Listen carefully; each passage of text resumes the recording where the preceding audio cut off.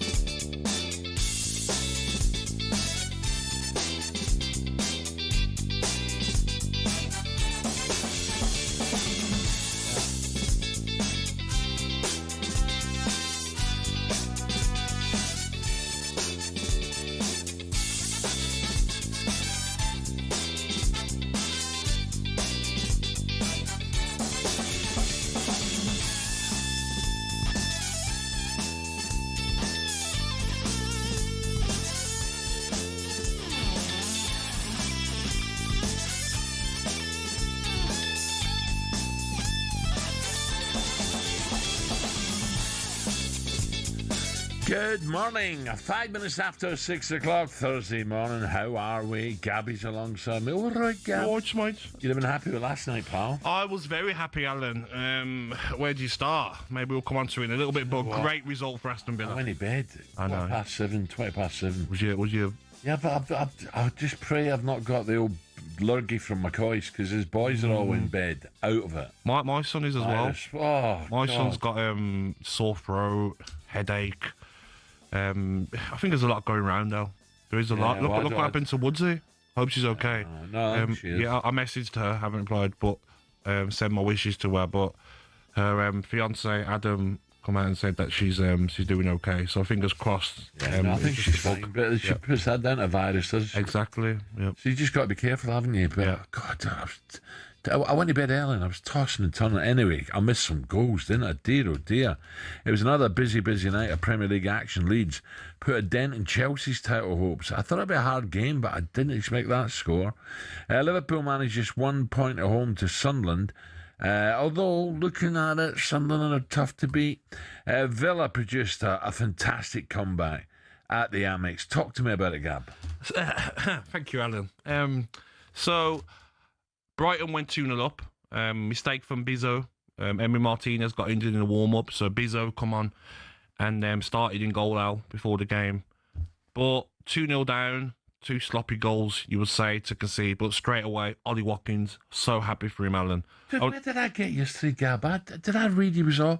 It must have been old news, but I read somewhere he was off in Jan, things weren't working out, and I'm like, what? No. Listen, we found out finally that he's been playing injured.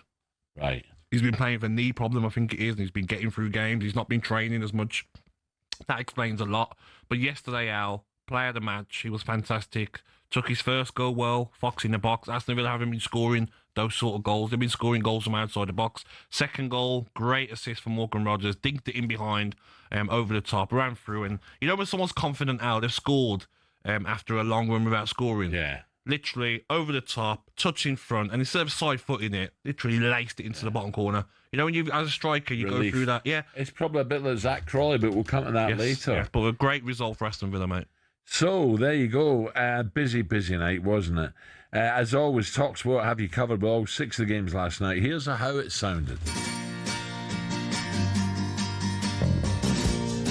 Well, Mikel Arteta called for the fans to turn up like animals, and they have been greeted as they walked out of the tunnel by one almighty roar. Sending it in towards the path of Saka. He's shot towards goal. He's stopped by Kelleher. He can't stop it from sneaking in. And Arsenal score. They win the game. Dinks it into the box. There's Munoz. There's the opening goal. Igor Jesus this time heads it in.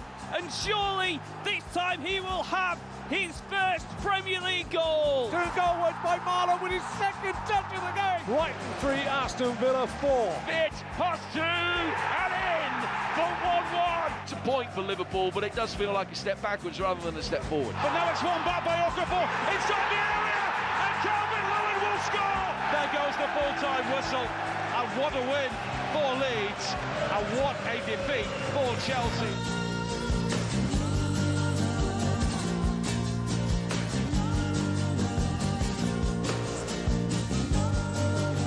So, Gabby, big night for the Villa, eh? By the way, looking at the table now, Villa, that is an absolute belter. 1 point behind City now. Well, you can't rely on Chelsea, can you, after their performance last night? So maybe it's Aston Villa who, with Man City, have to try and stop Arsenal, mate. No, be honest now. Do you think Villa can mount a serious Premier League? I do. Wow. We've won 8 of our last 9 Premier League games. Won 5 in a row in the Premier League. Aston Villa are flying. And if there's ever a team, Al, that Unai Emery can get a result against at home by changing his tactics a little bit to suit the game, Aston Villa have got a lot of players back available now. This weekend, 12:30 kickoff. We know what they're like, Al. They can be unpredictable for teams. I think we've got every chance, mate. So why did you switch off at 1-0? Brighton. I switched off and I turned back on a minute later. I switched off because... Why? Because of the blatant Ed just penalty. told me, he said you're so gutted that you turned off. No, I'll put it back on, Alan. I switched over to another game and switched back. But there was a blatant penalty on Martin that wasn't given. And this is the problem, Al. We've been saying it for months. Get ex-players into VAR because they get it so wrong. Gab, I've given up. Yeah. Inconsistency is like killing the game, Al. I mean, I've given up with it. It's it's crackers. Yeah, they ain't got a clue, mate. Yeah, you know what I mean. It's absolute garbage. So it was a crazy night of results in the Premier League. Chelsea, Ellen Road, Leeds 5-3 past them. The teams around Leeds and below will be going, oh, that's all we need, isn't it? They'll be buoyed with the fact now, going into the festive season. West Ham, by the way. West Ham go back into the relegation zone. No. Manchester United away to them tonight. Lucas Paqueta getting sent off like an idiot. Oh, don't again. Al, talk to me about that. Clueless on the weekend. When his band's up, I personally, as a manager, say, "That's you, Doug. You're our best player, but I don't care." No. Well, you're probably. I still like Bone. I'd say if you're not our best player, if you're second best player, you're one of the two. But I don't care. Al, I've got to show some authority. Even in your you're a era, screwball. You're not playing. Even in your era, I bet you've not seen something like that. Where you've got 2 yellow cards, and you're chasing, not as persistent. Exactly, you're chasing the referee down like. And then he pulled away twice, and he goes back for more. It was almost as if you don't want to say wanted to be off. I hear you. I hear you. Shocking from them. It was almost as if. No. That's how it looked. It did look like he wanted to be sent off, 100%. And if I'm Nuno Santo, I'm saying, listen, you've let your team down. Tell me what is going on. Yeah. What is going on in your mind? Oh, no, crazy. Right, good news. Wow, is it good news? Are we getting excited for nothing? 12 minutes past 6, over to the Pig and Whistle in downtown Brisbane. Well, not really. Johnny Norman. Good morning to you, Al. Well, it looked like it was a case of here we go again. A few minutes into the first day of the second test match, England rocked 5-2 with both Ollie Pope and Ben Duckett dismissed without scoring. Mitchell Starc again, tormentor in chief. He's taken a wicket within his first over in all 3 innings that he's bowled. But in and amongst that, Australia, well, they didn't bowl particularly well. The ball got a lot softer, a lot quicker. That happens in pink ball cricket. And before long, they were trying to get the ball changed. And England's run rate, as we know, is fast. So problems as the session went on. England recovering well. And who'd have thought Zach Crawley, after registering a pair at Perth, would be unbeaten at lunch, or rather dinner, on this day-night affair. 61 not out, and boy, has he played well. Joe Root alongside him, slightly more circumspect. He's 32 not out. And Australia, who dropped Nathan Lyon, their spinner, at the break, will just have a few problems to ponder. Terrible start for England. Yes, steady, John. Steady, we know what could happen. Well, we do know what could happen now, but... England certainly would have taken this. 98 for 2 at the break. And what about Joe? Come on, Joe. This is it. This is the day you get your ton. Well, you'd hope so, wouldn't you? Look, no Cummins, no Hazelwood. We know what brilliant record both of those bowlers have against Joe Root.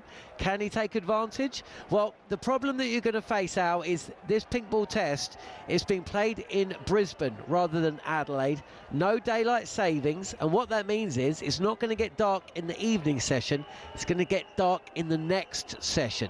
So that period where essentially the floodlights will take over from natural light is widely believed to be the most difficult time to bat in cricket, and that is going to happen in this session. So whilst England will feel they're just about ahead of the game at the early stage, things can happen so quickly in all cricket, and this next session is going to essentially be back with the advantage with the bowling team. So good start for England, but they need to make it count, and they need to get through this tricky session that's coming up in about 25 minutes' time. And the score is, John, one more time, the score? 98 for 2 out, 24 overs bowled, and apart from Mitchell Starc, I'm not sure the Australian bowlers have bowled particularly well. Next one, Johnny, thank you. Johnny Norman.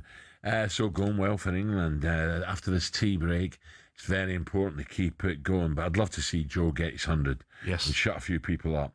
Right, brilliant. We want to hear from you fans, right? Give us a call, 03717 2233 44 on last night's football. How was it? Liverpool fans, you're disappointed again. Leeds fans, what a boost that is. What a shot in the arm. Villa fans, Great result down there. Yeah. Give us a call. Up next, we're wishing a very happy birthday to one of Gabby's favourite artists. I'm not talking about Claude Monet. 6:15.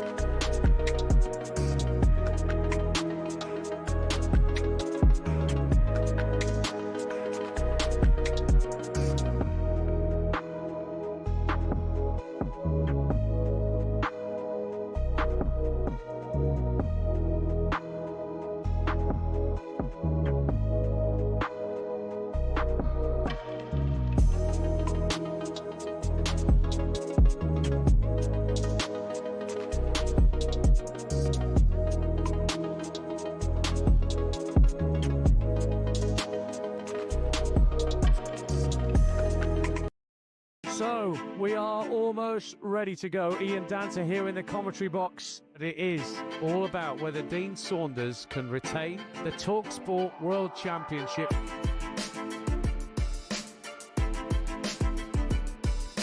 To win the leg. She's got it! Gets it! Double nine! He refuses the handshake.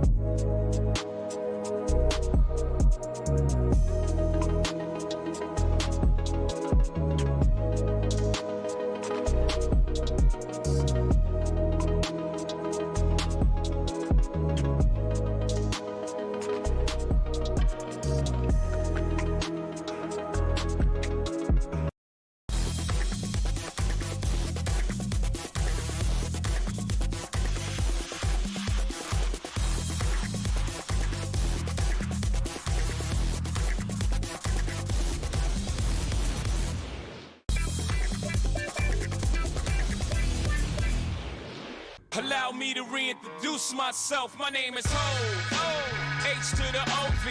I used to move snowflakes by the OZ. I guess even back then you can call me CEO of the ROC. Ho, fresh out the frying pan into the fire. I be the music biz #1 supplier. Fly it in a piece of paper. Gabby, pass them M&M's. Proper music, Al. This is proper music. Like this. Rod would like this music. This is M&M, isn't it? No. Who's Jay-Z. Oh, Jesus. Yeah. Al, we'll play this to Rod later. I'll be all over it, mate. Take you back to the You love hip hop, Al. Gabby, you're one of them dogs at the back of your car with a head going. Honestly. Come on, let's move on. Let's get Oliver in. Oh, dear. Mister. Right, where are we? 6:20. I thought we were going to have some decent music there, Gab. Ed. How are these guys mega multi-millionaires beyond me? Who? Him. Who?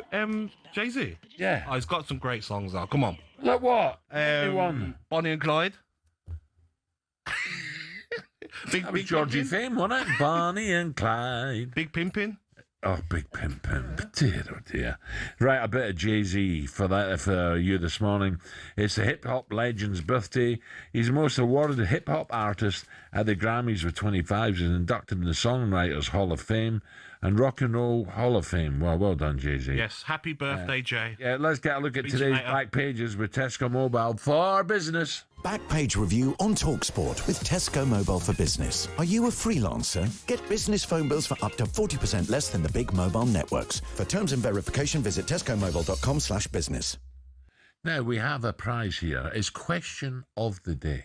Alan. Chelsea got battered last night, and yet we have a very, very contented-looking Olivia this morning. Bizarre. I'm puzzled why. You know, is there a reason here? Well, am I not allowed to be, like, happy, or do you want me to be miserable? No, it's something different. There's something different this morning. Is it your birthday like Jay-Z? No. All right, It's not my birthday. We'll keep that for later. Yeah, we'll keep that for later, shall we, Alan? Yeah, let's do that. Olivia, I can't see you at the moment. Just move that empty glass of wine, will you? Right, here we go. What we got, Olivia? That's washed up and on the side. Oh, is it? Yeah, that's what it is. Good girl. Yeah. I do. Anyway, on the back of the back pages, sadly. Are you right, Gabby? Yes, I'm fine. Okay. Oh, sorry. Don't tell him it. He's a grass. What? Anyway, whitewash, and we will get onto this a little bit later at 7:15. We will talk about Chelsea, so don't you start. Okay, we'll wait. No problem. Leeds joy as Blues are sent crashing back to earth. Leeds halt Blues march. I mean, it was a disappointing performance, but we will get into that a little bit later on. Make sure, please. Yes, don't worry, Gabby. We will. Thank you. Anyway, on the back of the Times, Tony Bloom, the owner of Brighton and Hove Albion, he's been accused of 600 million syndicates, secret football bets. Wow. So he's been accused of operating this secret gambling syndicate to bet on football matches using accounts, including some belonging to Nigel Farage's former chief of staff. We're not quite sure. Apparently, it's all okay. It's not anything illegal, etc. With the greatest respect, why has Farage got anything to do with this? You're asking me. Eh? It's his former chief of staff. Yeah, Nick. Was he having bets on only teams that play left wingers? Anyway, Nick Ellerby will have more on that story a little bit later on, but that is on the back page of the Times. However, I wanted to get your thoughts on another back page story, and that is FIFA pricing is exploitative, says fan group. So FIFA have been accused of exploiting fans buying tickets. So the system has allowed prices for the 2 million tickets sold so far to change according to demand. So the cheapest ticket for the USA's opening match was initially priced at £560, but was on sale this week on FIFA's resale platform at $1,569. Hang on. To watch the USA. Is that for all of their games? That's just the cheapest ticket for the opening game. Yeah. But it was £560, and now it's being allowed on FIFA's resale platform for £1,569. The most expensive Category 1 ticket for that match was $99,500. You know what? When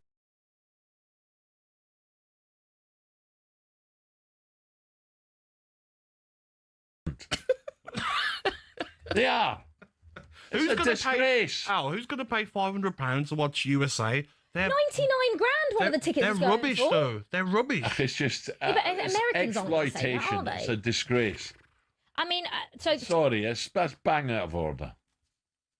It is bang out of order. Confused. Why are you confused? How that can be so expensive? I get it's the World Cup, but you can't be charging those prices. But, is anyone going to pay that though? Like, would anyone pay? Yeah. You get rich Americans over there. You know, they've got what? 50,000 of them everywhere. Gabby, well, not everyone's going to pay that, but there'll be a lot. They've got no pay. choice, have they? That's the cheapest. It says the cheapest ticket for the final had been set at 2,030, but on FIFA's retail platform that has risen up to $8,000 for the cheapest seats and up to $57,000 for category one. Well, hold on. Let me just balance it up. I'd love to know the ticket, the top ticket for the Super Bowl. And how much? Before I start hammering them, they probably have the Super Bowl. It's thousands and thousands. Yeah, but Al, the difference. Not fair. But the difference, Al, is like that's one game. Yeah. It's These one fans game. This aren't is going to want to go to one America USA game. They're going to want to go to all of them.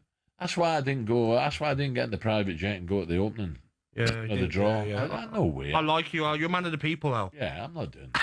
How much would you pay for a World Cup final ticket? What would be like the max you would pay for a World Cup final ticket? I'd honestly rather watch it in a big screen. Don't get me wrong. I'm not going to sit here and lie. If England were in the World Cup final and I got a chance to go out there, I'd pay up to. I'll pay a couple of grand. I You would. would not. You're a liar. You are a liar. Through sponsorship. Yeah. It wouldn't be my card being put through, but I would pay a couple of £1,000, of course, for a final. It wouldn't be my card, so you wouldn't pay anything. No, not Olivia, really. don't listen to I me. love a freebie, Olivia. Stop I would telling them pay. things and don't listen. I would pay. How much? My own money. How much? So I would pay. So I'd pay more for a Chelsea Champions League final ticket than I would for an England World Cup final. You would ticket. pay £2,000, really? Maybe not £2,000. I'd pay £1,000 for a.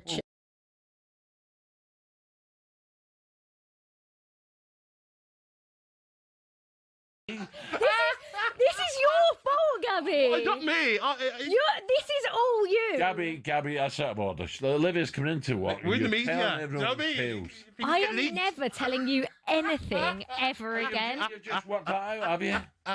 He's It's the only thing. It's the only thing I've told him, and now he's on broadcast on live radio. Cheers, Gabby. Yeah, thanks for that. Olivia, just don't worry. Calm down. Yeah. Regroup. Yeah. And we'll see you in a few minutes. Yeah. Right, okay. Gabby the Gob. Thanks, Olivia. That was a look at today's back pages with Tesco Mobile for Business. Up next, you'll hear from a fuming Rob Edwards following another defeat for Hapless Wolves. And good morning, Tom. Backpage review on talkSPORT with Tesco Mobile for Business. Are you a freelancer? Get business phone bills for up to 40% less than the big mobile networks. For terms and verification, visit tescomobile.com/business.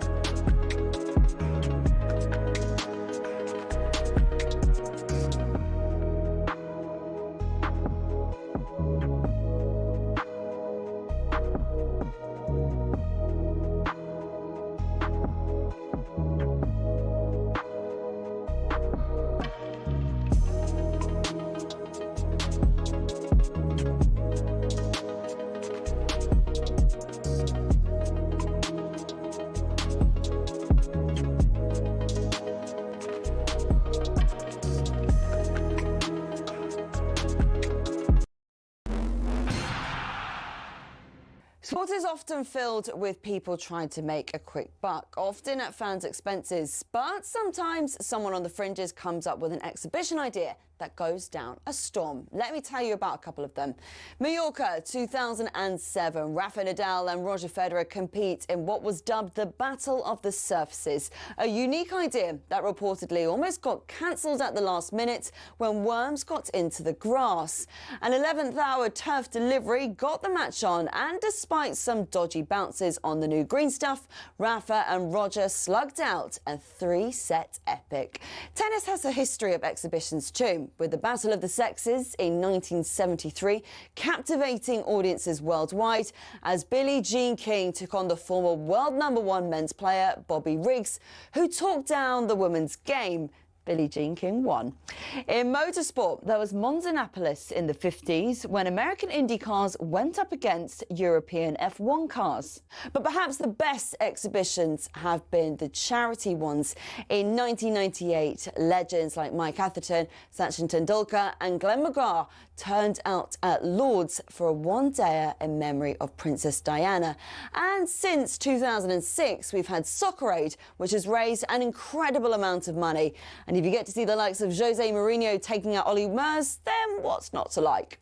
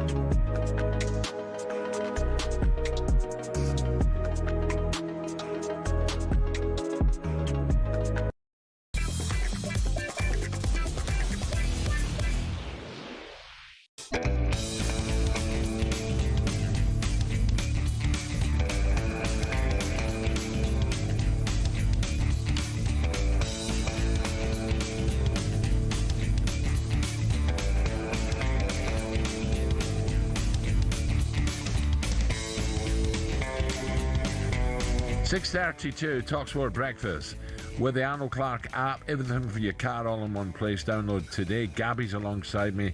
Now we're reacting to last night's Premier League games. A big 3 points for Forest, but yet another loss for the Wolves. 0-1 it finished up Molineux. It means Wolves are rooted to the bottom of the league with just 2 points. Still searching for the first win. And new boss Rob Edwards, he spoke after the game. He was disappointed after his team's display. I do think they're an honest group. For whatever reason, there was a lethargic performance in that first half, which you can't have when you go over the white line in the Premier League. Look, we just got to get to work. We knew this coming in, didn't we? It was going to be really tough. So it just is. We come back in tomorrow and try and review things and get back to it. But yeah, there's no doubt that we knew this. There's a lot to do. Gabby, do you want to reflect on what you said? 13 points for Wolves. Will they get 13 points? This is horrible to say, but I'm beginning to wonder now. I've been too nice because, you know, they're a Midlands team and I tried to be nice to them and said 13. I'm worried now that they're going to break Derby's record of 11 because you look at their recent results and Rob Edwards been in 3 games, haven't scored a goal. Sometimes they've not played. I didn't see last night's game, but the game before they played all right. They've done well. Against Aston Villa. That's a local derby. But you said to me that was you weren't sure about that result. I said a draw, but because it's a local derby, anything can happen. But last night, for the manager to say after the game that he was angry about the lack of intensity to want to play forward, like, come on, guys. Al, they've scored 7 goals in 14 games. That's wild. Conceded the most in the Premier League, 29. Minus 22 goal difference. You look at this sheet, all I can see is red. Lost. It's like, what do you say? It's about now. You're not going to stay up. Have a bit of pride. That's what he's got against these players. Like, you do not want to go down as the worst Premier League side ever. But against Villa, they showed pride. Exactly. Couldn't find the back. Because you can do it when your fans are pumped in your way and you know it's a local derby. Jimmy Form can go out the window and they look like a decent side. And last night you're like, okay, then let's go. because this is a little bit of a derby as well against Forest, and then to not be able to show the aggression in your performance, it's so odd. And Wolves are doomed. Poor team. Right. Okay, 6:35. Let's switch gears. Let's have a bit of the warm Spanish sun. Oh la la.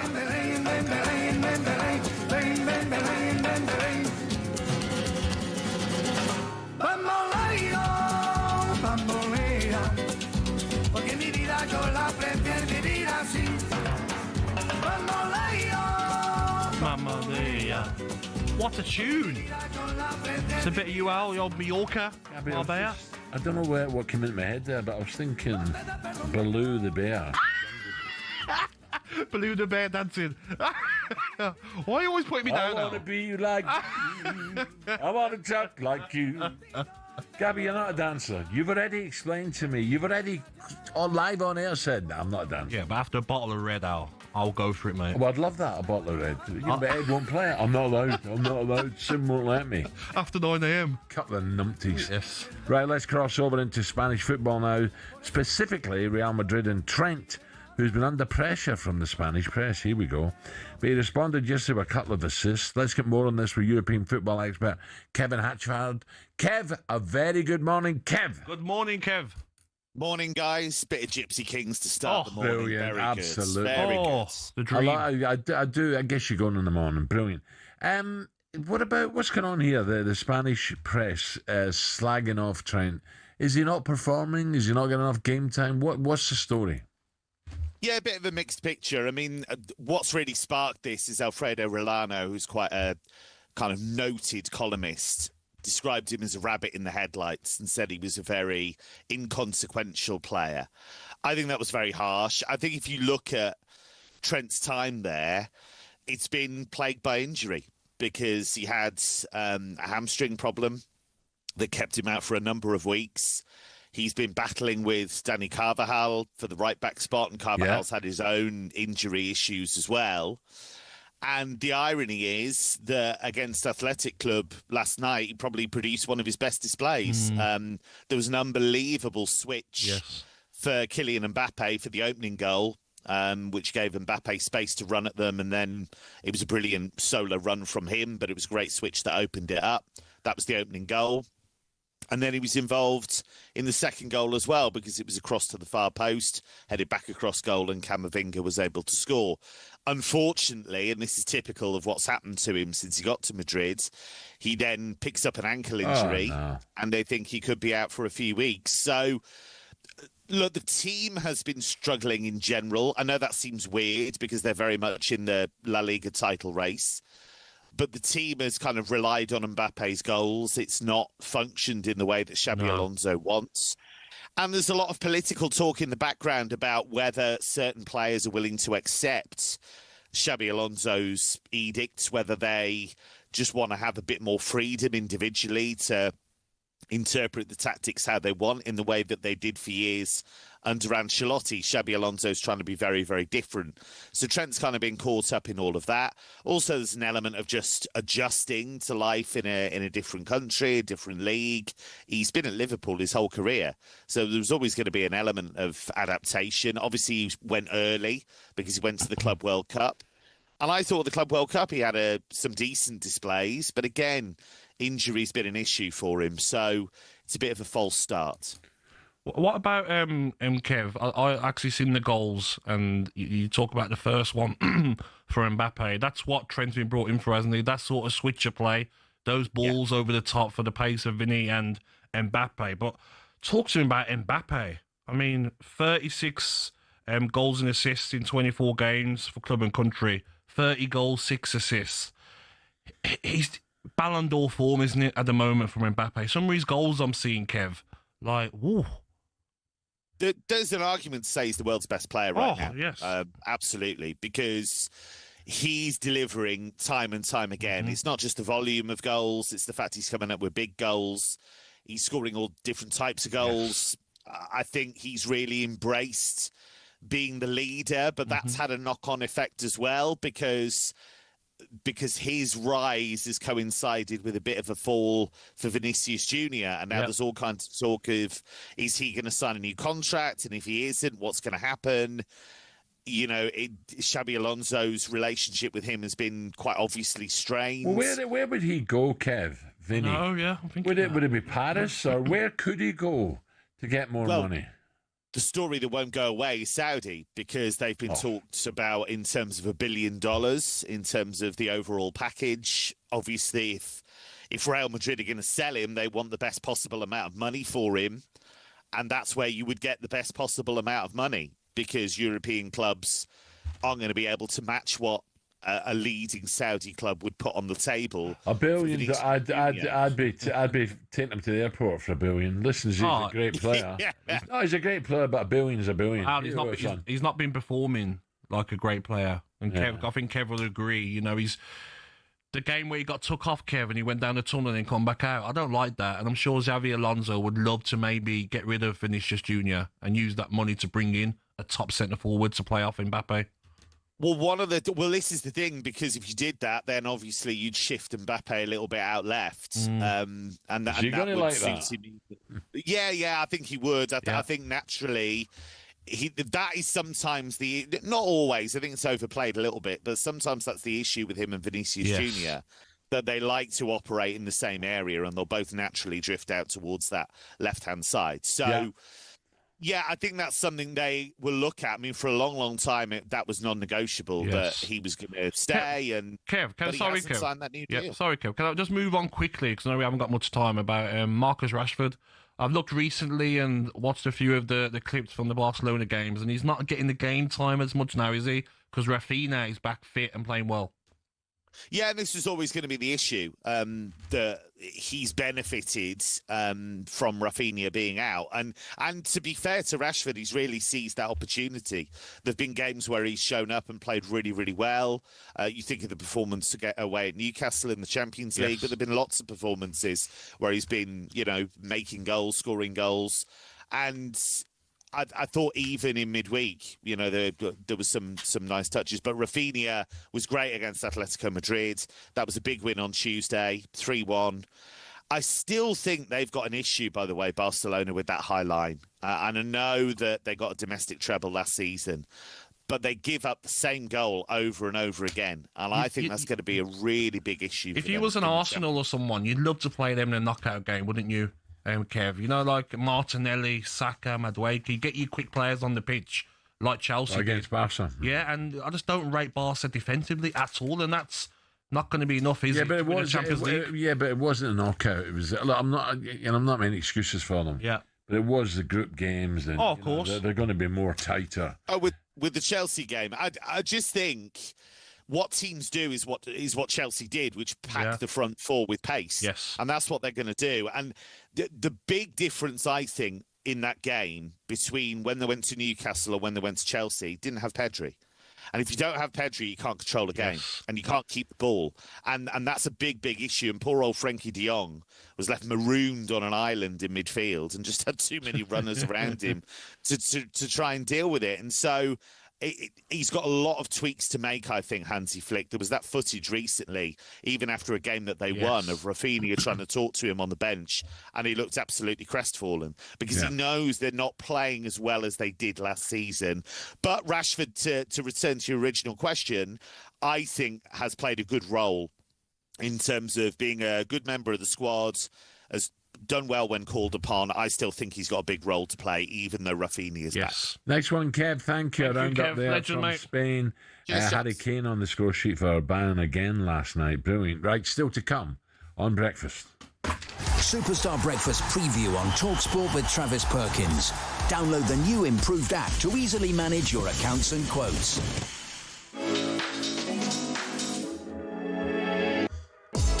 Now we're reacting to all the football that was live across the talkSPORT network last night. Liverpool fans, will you struggle to qualify for the Champions League? Chelsea fans, was it a complete disaster last night? Leeds were flying. Is Daniel Farke proving the doubters wrong. 03717 223344. Give us a call this morning. What a shot in the arm that is going into Christmas period. England are back out for the second session and are 99 for 2 will cross back to Brisbane next. That was a look ahead, all thanks to the brilliant Travis Perkins. Superstar Breakfast preview on talkSPORT with Travis Perkins. Get free next day track delivery. Head to travisperkins.co.uk or download the app.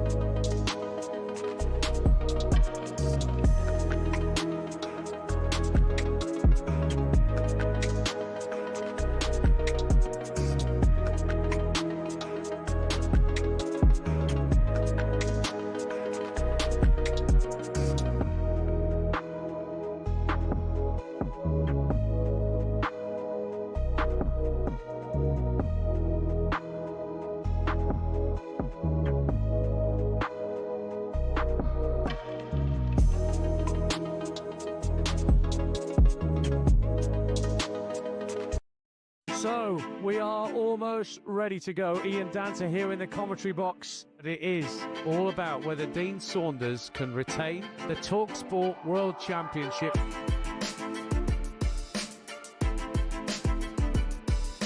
To win the leg. She's got it! Gets it! Double nine! He refuses the handshake.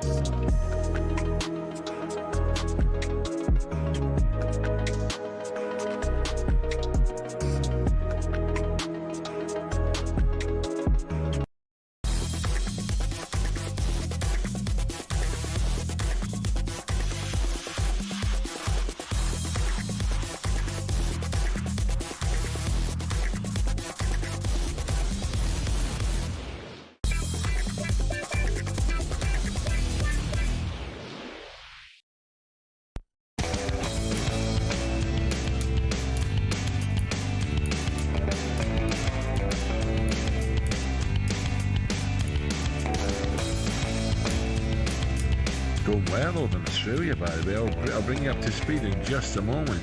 talkSPORT Breakfast, Gabby alongside me. Let's check back in with Johnny Norman, watching day one of the second Ashes Test. It's after tea, and England resuming well. John? Yep, they've added 10 runs in the 8 balls they've had since the lunch break. Crawley 69 odd out, Joe Root 34, 108 for 2, and already Crawley's hit one boundary, and there's another. So Australia, who've opened up after the break with Michael Neser, a surprise inclusion in the side today, as well as Brendan Doggett. So no sign of Mitchell Starc, and I think England will be happy with that. 112 for 2 then, start of the afternoon session in this pink ball test. Nice one, Johnny, and Joe Root alongside him there. I'd love to see Joe get his turn. Yes. A lot of English fans in the crowd there as well, Gab. It looks like such a vibe, doesn't it, Al? Look at them enjoying themselves. You know, Brisbane, you just go north of Brisbane, you're up the Gold Coast, which is lovely. Yes, weather looks good, everyone having a good time, and England playing well. Yeah. Lovely. Right, what do we know this Thursday morning? I'll tell you what, we'll start with Leeds United. Leeds ended a 4-game losing streak with an emphatic win over Chelsea last night, taking them out of the relegation spots and pushing Chelsea down into 4th. I'll be honest with you, I've not seen the Chelsea side. Did they make many changes, Gab? You made a couple. I'll get Reece James and Fofana because their injury concerns didn't start. Right. But then I just didn't get why he didn't play Neto. Casado was obviously suspended, but didn't play Neto, didn't play Gusto. So if you've got Reece James, you're resting. Why would you rest your other right back? Some odd decisions from Maresca. Well, he'd have got back in the plane or the bus. I don't know how they travel now. He'd be saying, God, that was 3 points. Well, after all that effort, all that love Arsenal, Chelsea have been getting from the performance against Arsenal, and they've just showed to everyone they're not serious. They're not serious. Well, yeah, Arsenal face. I said yesterday, though, I thought it was a 3-horse race, Gab. Sorry. Yeah. I thought it was City, Arsenal, Chelsea, but Villa will come on to that. Villa coming. We need a bit of love, Al. Come on, we need. No. Listen, I respect Villa. Don't worry about that. But I see a few dodgy results in, but you can say that about Chelsea. Yes. Arsenal, though, face an anxious wait over Declan Rice injury fate as Arteta was left frustrated by congested fixtures. I don't give me that. Don't give me that. Shut up, Mikel. You've got a double C in your squad. You got 22 top players. And the rest. Don't give me that. And the rest. Like, the audacity of this guy. You know what's coming, don't you? Anyway, he was left frustrated by congested fixtures in that win over Brentford. It was a 7-goal thriller at the Amex last night. That's where I'd like to watch football. The Amex. I'd like to watch Brighton. Yes, agreed. They play open football. Yeah. They keep going for goals, and they played into Aston Villa's hands yesterday. So Villa came from behind with a 2-0 down, Gab. They were down, mate. Then to take all 3 points. Ollie Watkins was at the double. That'll do him the world of good. And Emery was asked after the match whether he's finally coming back. This is Ollie into form. He always was doing his task and working for the team, trying to keep the tactical issue he has with us, and then of course scoring goal, he's feeling better, and scoring goal, he's helping us more. And today he did it. Of course, we needed Ollie Watkins goals, and today came it, and of course then how we were and other players as well, trying to support tactically everything we need to feel comfortable individually. The players, I think today was really fantastic for how we won and how we recover some players feeling good. And of course, Arsenal taking on Villa at Villa Park, aren't they? We'll just get tactics of Chelsea. Is that next weekend, Gab? This Saturday. Are you going? 12:30. Maybe, Alan. What do you mean, maybe? Maybe, yeah. If there's some work. You go. I'm joking. I'll be there, mate. Right, for more on these stories, you can visit our website, talksport.com. Now, what did I hear a great song the other day? I'm free, free falling. Olivia's back. Good morning, Olivia. Good morning, Olivia. Good morning. You love it. I love it. That's exactly what I love. Anyway, moving on. Yes. Moving on swiftly. Because you know Lorraine Kelly. Yes. Don't you, Alan? You know Lorraine Kelly? Yes, I know Lorraine. Yeah, everyone knows Lorraine Kelly, a very successful... I don't know her, and obviously... You know of her? Ali knows her well. I think she's Dundee girl, I think. Yes, she is. She is. You know, she's a big football fan. She's made her love for Celtic Dundee. supporter. Oh. All this. I read it was Dundee. It was in the paper. Well, that ain't the name Anyway. Kelly, you're having a laugh. Anyway, she was on TalkSport with her daughter. Was she? Yeah, she was recently, and she revealed a surprise link to Alan Brazil. Let's have a listen. Oh, when my daughter was born, in the first few weeks of her life, my partner, the father of the baby, called her Alan Brazil because she didn't have any hair and she was quite round. Right, not for her whole life, not forever. No. Just for that little bit. And she was constantly drinking Prosecco for the first 3 months of her life. Yeah, do you breastfeed or bottle feed? Actually, we just went straight to champagne. That's what we did. Straight to booze. Oh, geez. And to be fair, for a brief moment in time, they could have been twins. Well, we were looking at all our Christmas decorations just now, and I do have a card last year of her face and a bauble, and it said "Merry Christmas" from Alan Brazil. Oh, wow. This is unbelievable. This is the best link. Lucky boy. It's a girl. I'll get her. Don't you laugh now, Lorraine? I've never met you in my life. Cheeky mare. What else we got? Cheeky man. Oh, let me laugh out. The description. She did the baby. The baby didn't have any hair and was quite round. Yeah, Alan. well, Kelly Jr. How many babies do you know that come out like Mick Jagger? You know, there's a good chance they'll have no hair.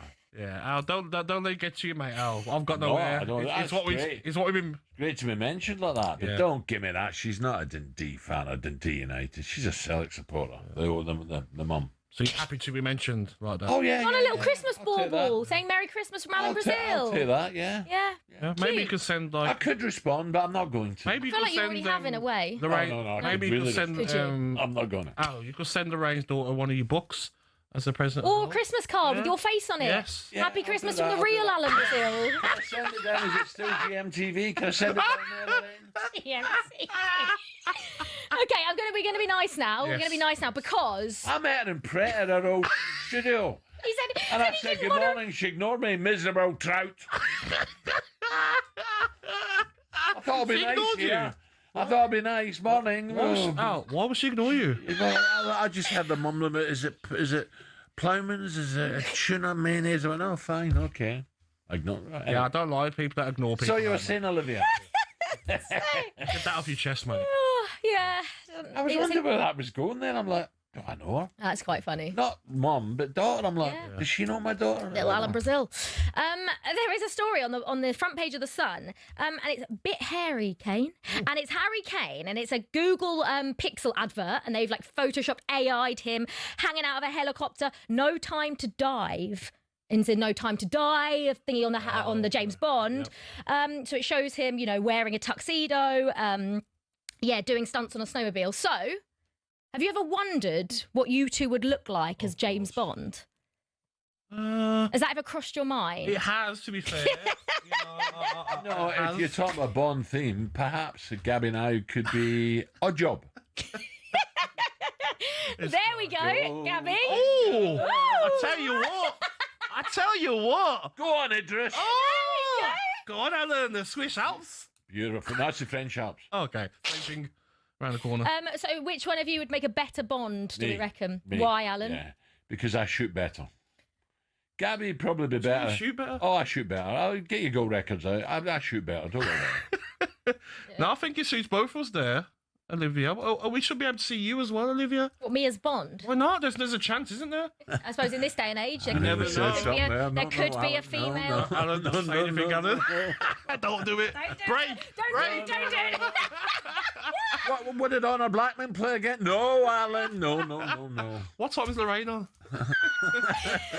Anyway, yeah, so now we've seen you two as James Bonds. Yeah, that was... We thought we'd end with a nice thing, Alan, Yeah. you know? Al, you don't let it get to you, mate. Yeah, Don't don't listen worry to what about Lorraine says about Things you. get to me. I'm delighted. That's nice. That was a nice little. Well, if we've got another section, a couple Dundee, sections. Dundee get on she. But what's puzzling me before we play this? Ali left yesterday going for the draw. Was he going to Dundee to watch Rangers draw? Or was he going to New York for the World Cup draw? Coming up to 7 o'clock.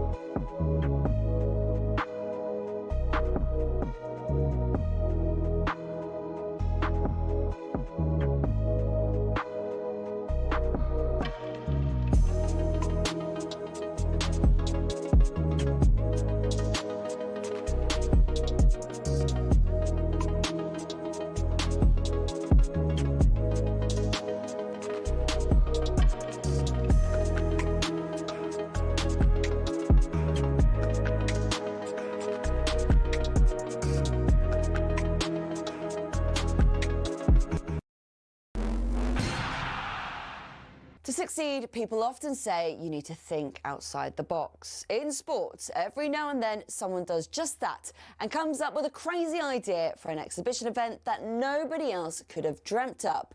Here are some of the most iconic we've ever seen. I mean, what an image. This was the setting for the Battle of the Surfaces in 2007 between Roger Federer and Rafa Nadal. The courts in Nadal's home of Mallorca reportedly took 19 days to build and cost £1.2 million. The players had to change their shoes every time they changed ends, and despite some dodgy bits of grass, they slugged out an epic three-setter, won by Nadal. But that's not even the most famous exhibition in tennis, because in 1973, we got the Battle of the Sexes, watched by 50 million people in the US alone. Billie Jean King's victory over Bobby Riggs was not only a landmark event for entertainment value, but also for its impact on the fight for gender equality in sports. I mean, the Battle of the Surfaces never got turned into a movie. Now, imagine a motor race that involved American Indy cars and European F1 cars. Well, that happened twice, back in 1957 and 58. The race of the two worlds took place at Monza and was nicknamed Monzanapolis. Despite legends like Sterling Moss, Phil Hill and Mike Hawthorne racing the F1 cars, the Americans won both years. Fans and the teams loved it, but it didn't make enough money, so got canned. For its cast list alone, though, the greatest exhibition might have to go to the Princess Diana Memorial match at Lord's. Mike Atherton captained a Marylebone Cricket Club side, with Sachin Tendulkar leading a rest of the world 11. Names like Wasim Akram, Zurav Ganguly, Andy Flower and Neil Kumble and Glenn McGrath turned out. The one-dayer, won by the rest of the world by 6 wickets, raised more than £1 million for the Princess of Wales Memorial Fund. Incredible all round.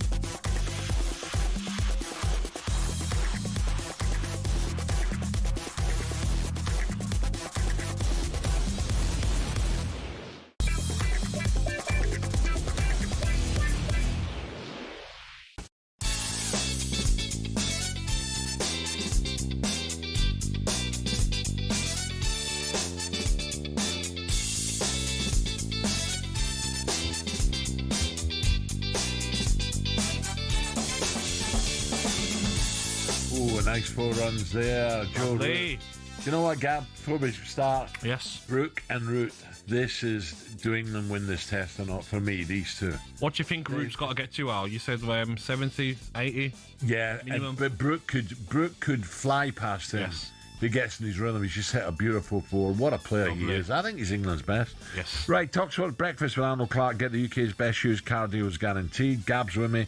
On the way for you this morning, CEO of Matchroom Boxing, Eddie Hearn, will be on the show ahead of the Monte Carlo Showdown 6.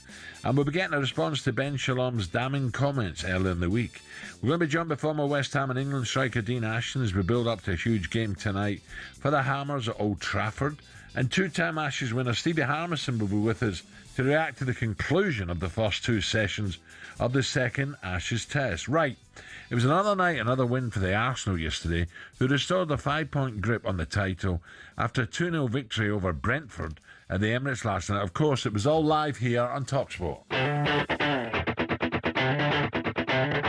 Well, Mikel Arteta called for the fans to turn up like animals, and they have been greeted as they walked out of the tunnel by one almighty roar. Lovely back heel by Madueke into White, floats across in towards Marino, who arrives and heads the ball down and celebrates the first goal of the night. The movement of Moreno was what was crucial on this. Ball in towards the near post, and the header crashes against the bar. Sharda with it at the near post, got up the highest, and he flicked the header right onto the meat of the crossbar. Here is Mikel Merino, sending it in towards the path of Saka, who's running between the two defenders. He's got into the box, he's chopped back on his left foot, he's shot towards goal, he's stopped by Kelleher, he can't stop it from sneaking in, and Arsenal score, they win the game, and they go 5 points clear at the top of the table. I think that just about sums Arsenal up. You know, they can win games and get over the line when they've not played particularly well. Mikel Merino and Saka were on the score sheet for the Gunners, but the only worry for Mikel Arteta was that Mosquera and Declan Rice both had to be taken off with knocks. What's going to happen, isn't it? You're right about Brook. Oh, yes. Another four there. Just step to the side and go bosh. The victory extends Arsenal's unbeaten run to 18 games across all comps. It was also the 8th successive win at home. I do wish, though, Mikel would just leave the fixtures, the amount of fixtures coming up alone. You don't need to. You've got a brilliant squad now. Yeah, 18 games across all competitions unbeaten. Just get on with it. It's the same for everyone. Correct. Like, it might be a few. And they've got the good fortune of having two starting 11s. Exactly. Like, Mosquera and Hincapié have been playing whilst the two centre-halves have been injured. Yes, Mosquera got injured last night. Declan Rice got injured, but you got so many options. Yeah. Odegaard's back. Marino can go back into midfield. Stop moaning, Mikel. Get on with it. For more on this, pleased to welcome former Arsenal midfielder and host of Inside Gunners. Very good morning to Clarkie. Adrian, morning. Good morning, Adrian. Good morning, Al. Morning, Gabby. Morning. Come on, give him a happy pill, Mikel, will you, for God's sake? He should be happy. Yeah, goodness me, because it's another win, another fairly routine victory. And I heard Stuart on commentary there, and he was right. Arsenal weren't anywhere near their best. They didn't play outstandingly well, but they still won 2-0. Brentford had one shot on target. I think Arsenal had 7. It was still pretty dominant. And that bench you're talking about, Gabby, last night, it was just on a different level. Saka, Jesus, Eza, Timber, Gyökeres, Norgard, Nwaneri, Lewis Skelly. I mean, it doesn't get much better than that. I think as well, Adrian, frustrating, of course, Mosquera and Declan Rice, injuries. But when you talk about that bench and the squad of players that have got Arsenal, and let's not be fooled here, Brentford are a very good side. They've surprised everyone this season. How well they made it awkward. Exactly, they're a good team. Yeah. No, it was a tough game. It was a really tough game. They stayed in it, but Arsenal came good. Look, the reason Mikel's really frustrated is they're two players you really don't want to lose. Rice has been pretty inspirational all season, and it's a big game against Villa, of course. And Arsenal still haven't beaten, a sort of real big dog away from home this season. That's the missing. Are you calling Villa a big dog, Adrian, by any chance? Third. Aren't they? Are they third in the table at the minute? They are indeed. You've got to. Yes. You've got to at the moment. So it's a tough game, and Arsenal don't want to go into it without Rice, ideally. The Mosquera one, it comes at a time when Saliba and Gabriel are out. So the cluster injuries are an absolute nightmare for any manager. And I think, if Saliba's not fit, and hopefully he will be, if he's not, then I think we have to go into that with Timber centre back. Ben White, right back, yep. What a good player Timber is. That game against Chelsea, don't get me wrong, Chelsea were right up for it. 10 men. Could that some people say great point, good point at Bridge. Other people, looking at last night's result, Ellen Road, other people say 10 men, come on, for an hour. Should have got all 3. Could that come back to haunt them? Hopefully not. But yeah, of course it could. I thought it was 2 points dropped, definitely, because they're there for the taking with 10 men. To be honest. Yeah. But Chelsea brought it. Like, they were ferocious in that game, and they were very confident and aggressive, and that was the sort of best Chelsea could throw at Arsenal. And it's the sort of game where we didn't play particularly well, but you just accept the point and move on. Look, any point in that kind of game, you take it, and there are others. There are plenty of others to win. So no, I'm not too worried about that. Who starts for you, Adrian, on Saturday as your striker? Because Merino, I said it a few days ago, he's been fantastic. Another goal, another great header. Does he keep his place, or does Gyökeres come in? It's a great question. Mikel Merino at the moment, for me, is undroppable. Yep. This guy is playing phenomenally well. He's one of the smartest footballers I've seen play for Arsenal in recent seasons. So intelligent. Well, no matter where you put him, he just adjusts. He adapts to the role. His movement is brilliant. We saw that for the goal. No one has scored more headed goals, across 2025 than Mikel Merino. Brilliant header last night. He gets an assist as well. Lovely through ball for Saka. Now, Mikel Merino is a player that most clubs in the Premier League would not have signed. Chelsea, for one, because he was 28 when he came in. And a lot of clubs, they turn their nose up if you're not 25 or under. But this guy could prove to be one of the most invaluable signings that Arsenal have made. Yeah. Because he has got nous and he's got quality and he delivers in the big moments. So Mikel Merino at the moment, you can't leave him out of the side. I think Gyökeres has got to wait. Agreed. Clarky, now, I've not seen you for a while, mate, have I? Now, No, what's it's been happened to you? What has happened to you? I moved out of London. No, hold on. The short back and sides has gone, Clarky. You look as if you're on your way to Woodstock. What's happened to you? Just need a haircut, Alan. I'm just too busy. And a shave.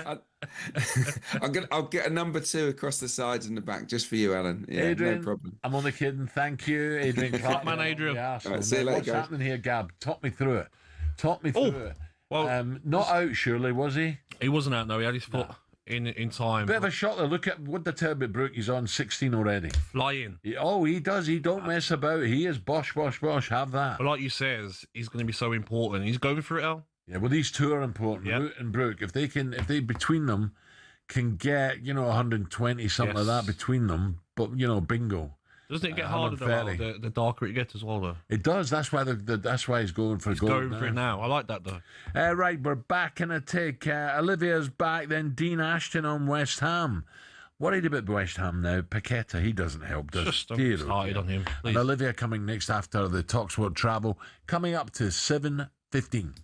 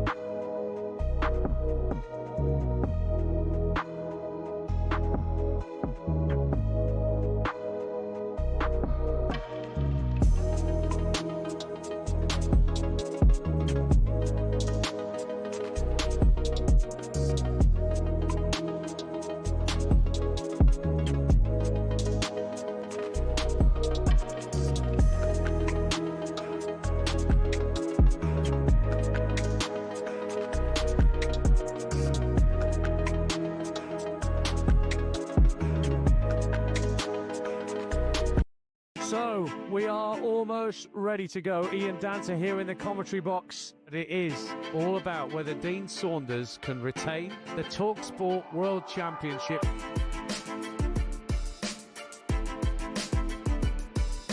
To win the leg. She's got it! Gets it! Double nine! He refuses the handshake.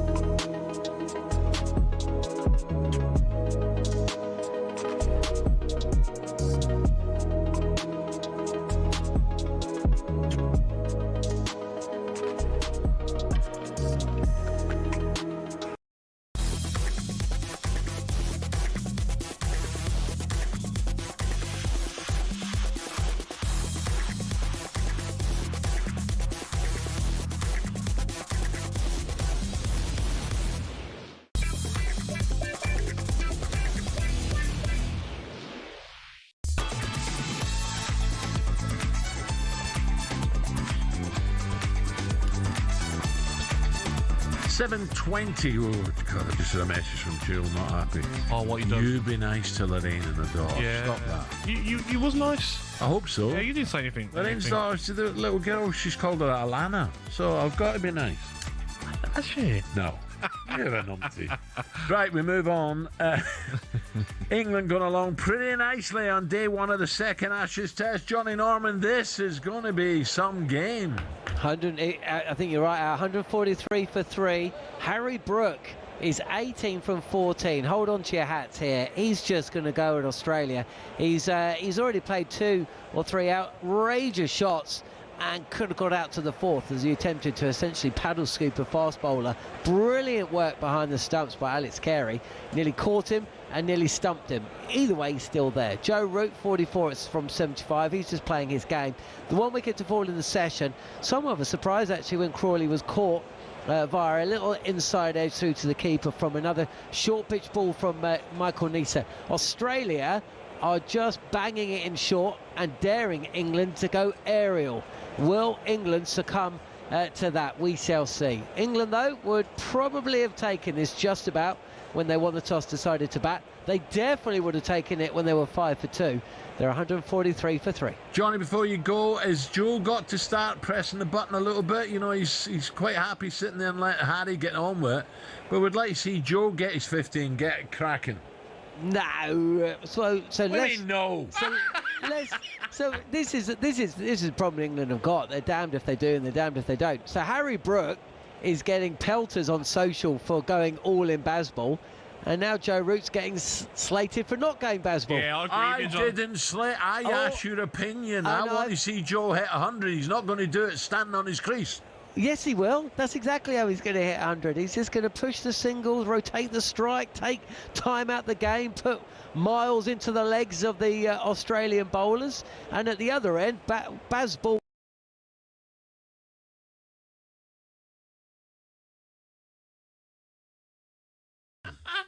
Updates from the second Ashes Test in Brisbane coming to you all morning here on talkSPORT. Right, time for a bit of this.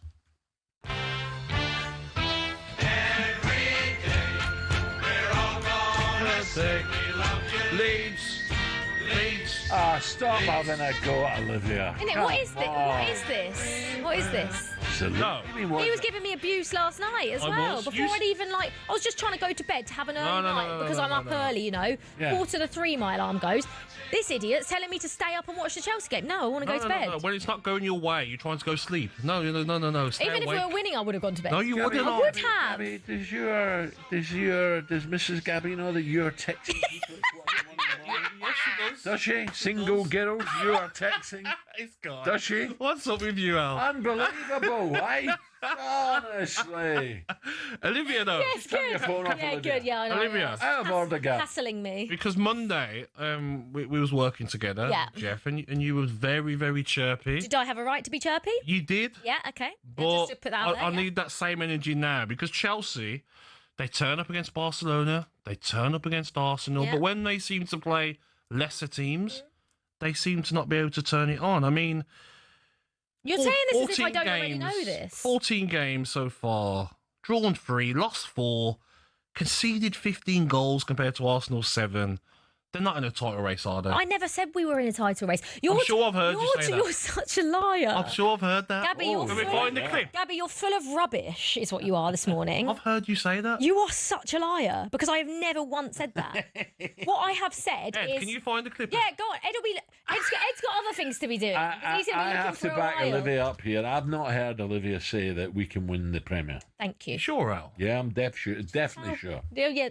Al, you sure? Something wrong with your eyes?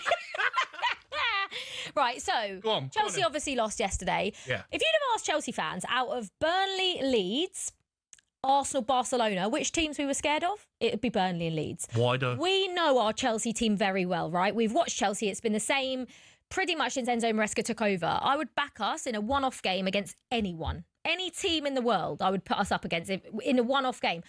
The issue that Chelsea have is, for some reason, and I don't know the answer as to why, but it is a consistent theme going through the season, is that against those teams, there are 4 games Chelsea have lost in the Premier League this season. Brighton, Sunderland and Leeds are 3 of them. Beating Brighton, Brighton and Sunderland, Brighton. But at Stamford Bridge, Yeah, Stamford Bridge, that's the difference. We haven't gone away to the Stadium of Light. We haven't gone away to the Amex. 2 of those are at home. And I saw this Leeds game and said, I mean, I thought it would be a draw, to be honest. I didn't think Chelsea would win. Wow. But is it because Chelsea maybe aren't approaching those games with the same intensity and the same way that they approach What about Arsenal his and starting Barcelona? lineup, Maresca's starting lineup? Well, did you question that? Billion pound team. So he's made loads of changes for every game this season. I think Chelsea have made the most changes by quite some distance. And he knows that if it goes wrong, that's the first thing people are going to question. And when I looked at the team initially, obviously losing Caicedo is massive, right? But I don't think you can use that as an excuse, because Andre Santos had a man of the match winning performance against Burnley and was fine.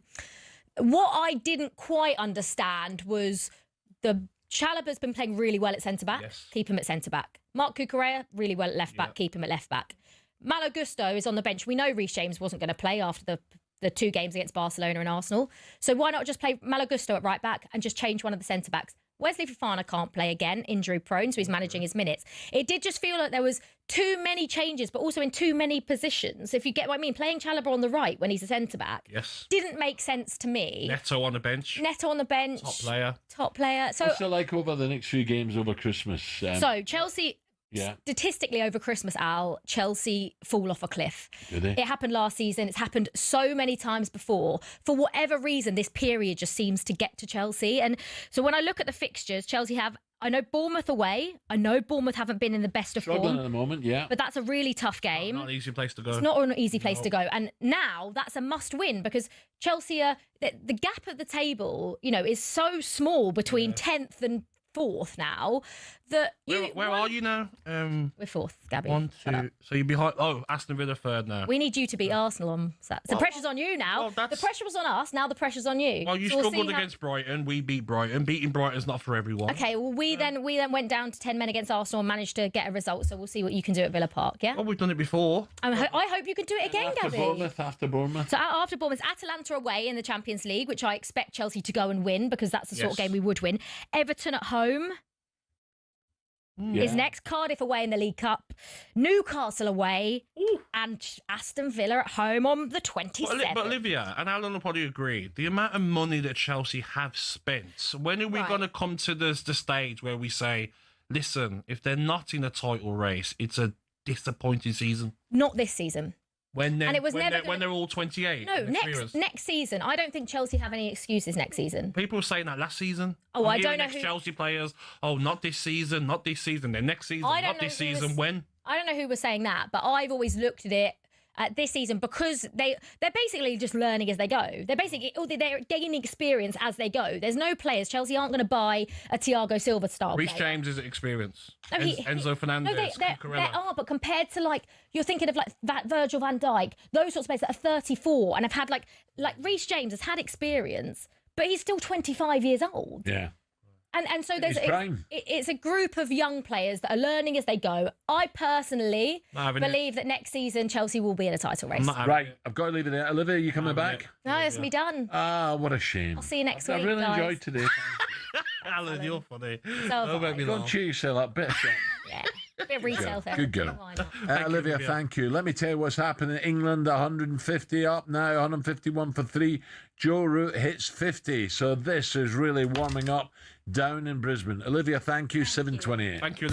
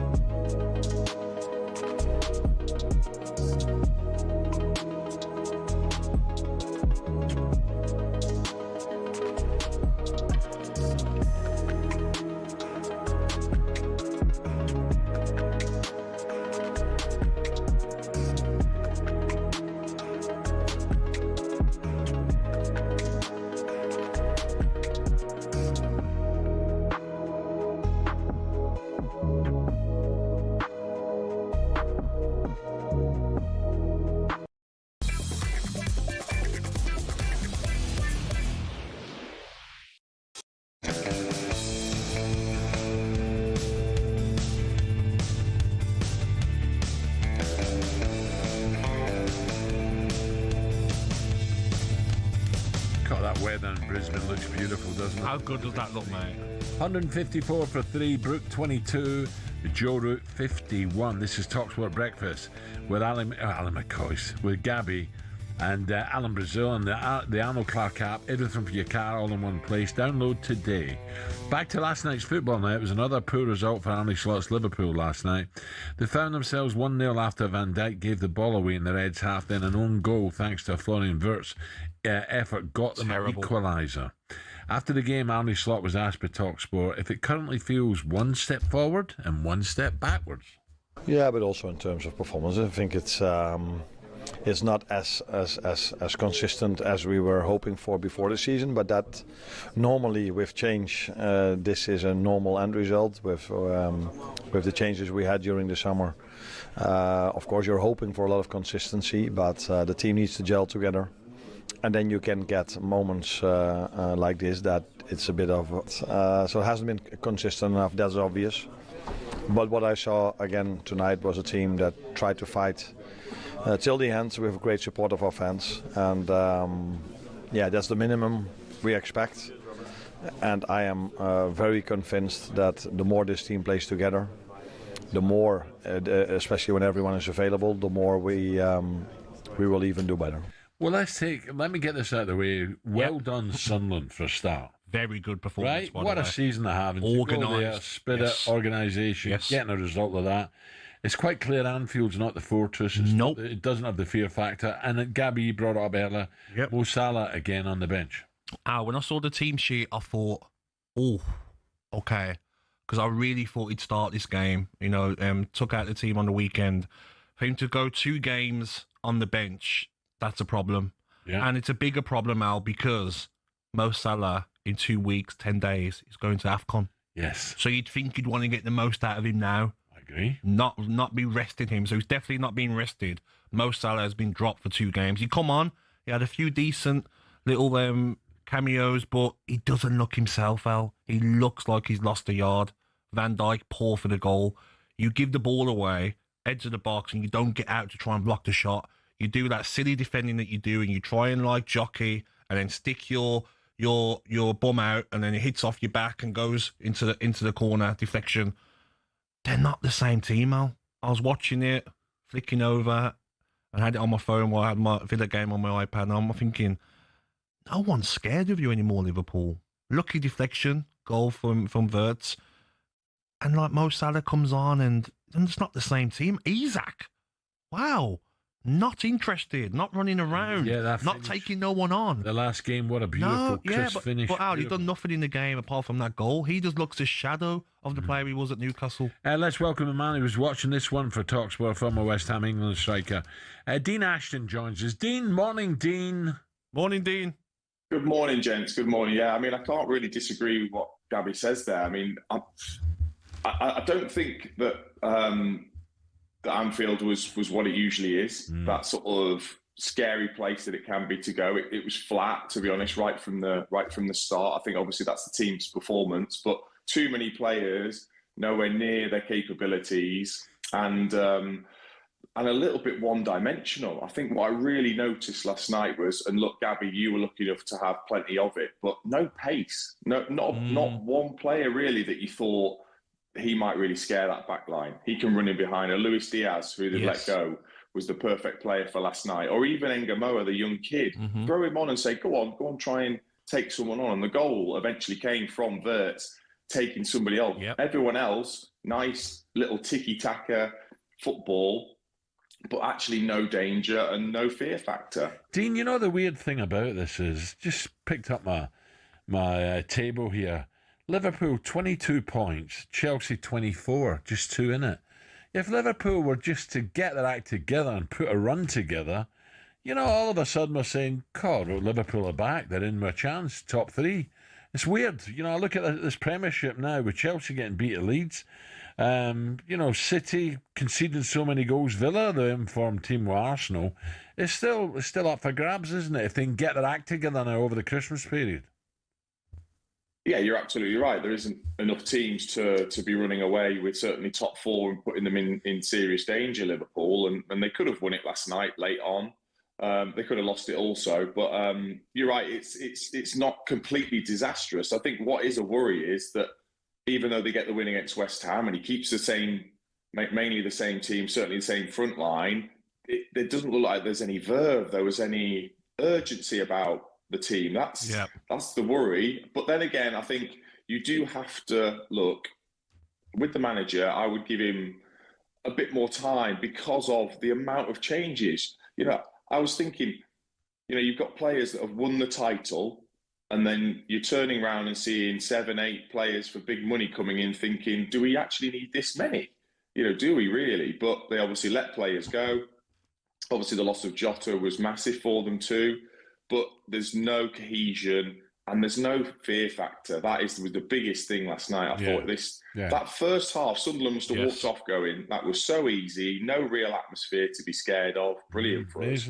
Dino, as well, you look at the table, and if you were told anybody start the season, Liverpool play 14 games and they would have scored 21, conceded 21, 0 goal difference and 22 points, it would have says, you're bonkers.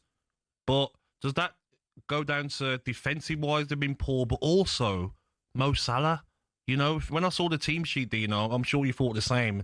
I'm thinking, he's on the bench 2 games in a row when he's going to AFCON in 10 days. That shows that the manager really is looking at his Liverpool side now, and Mo Salah isn't a starter.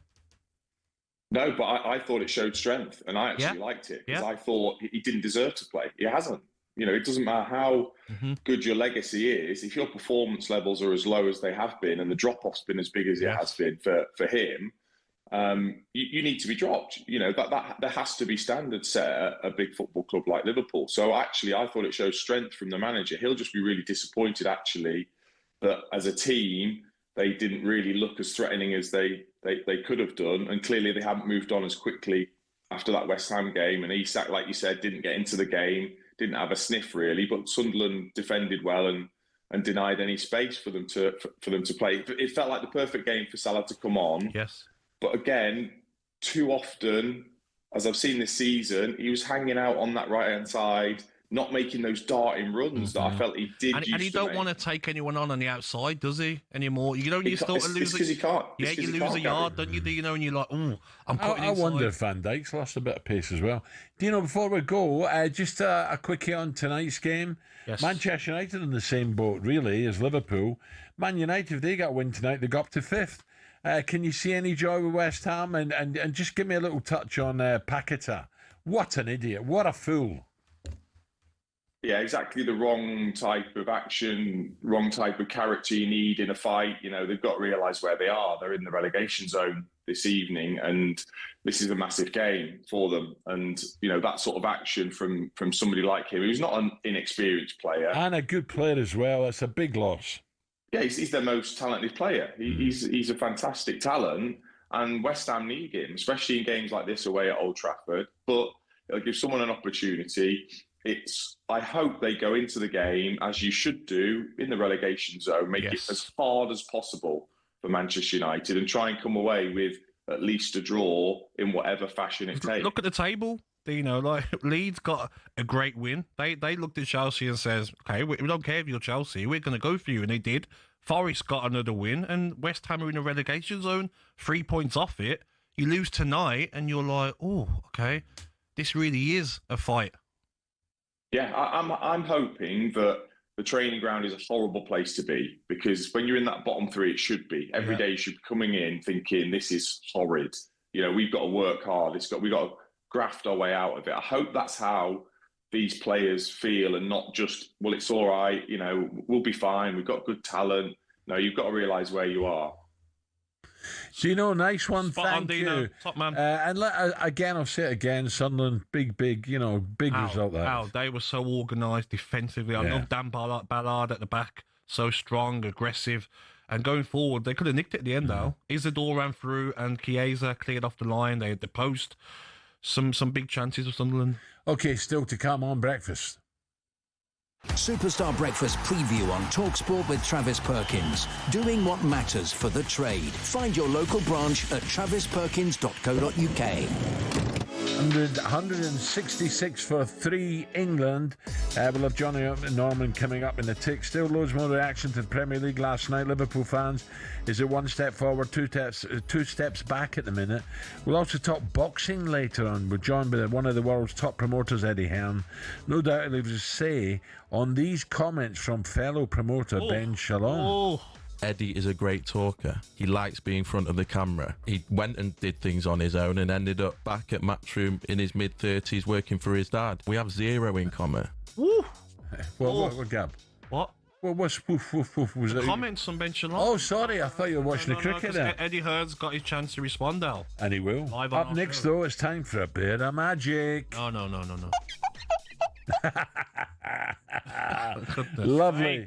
Oh, yes, here we go. As Gabby coming up. That was a look ahead, all thanks to the brilliant Travis Perkins. Superstar Breakfast preview on talkSPORT with Travis Perkins. Bricks on bricks on bricks. Over 40 million available to order with delivery to site. That's one less thing to worry about.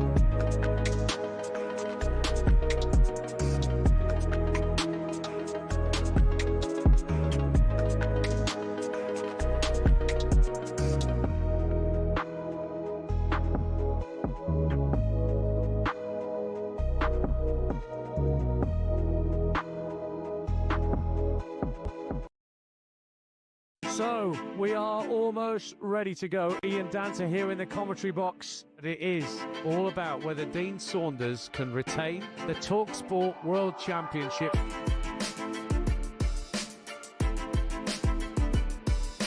To win the leg. She's got it! Gets it! Double 9! He refuses the handshake.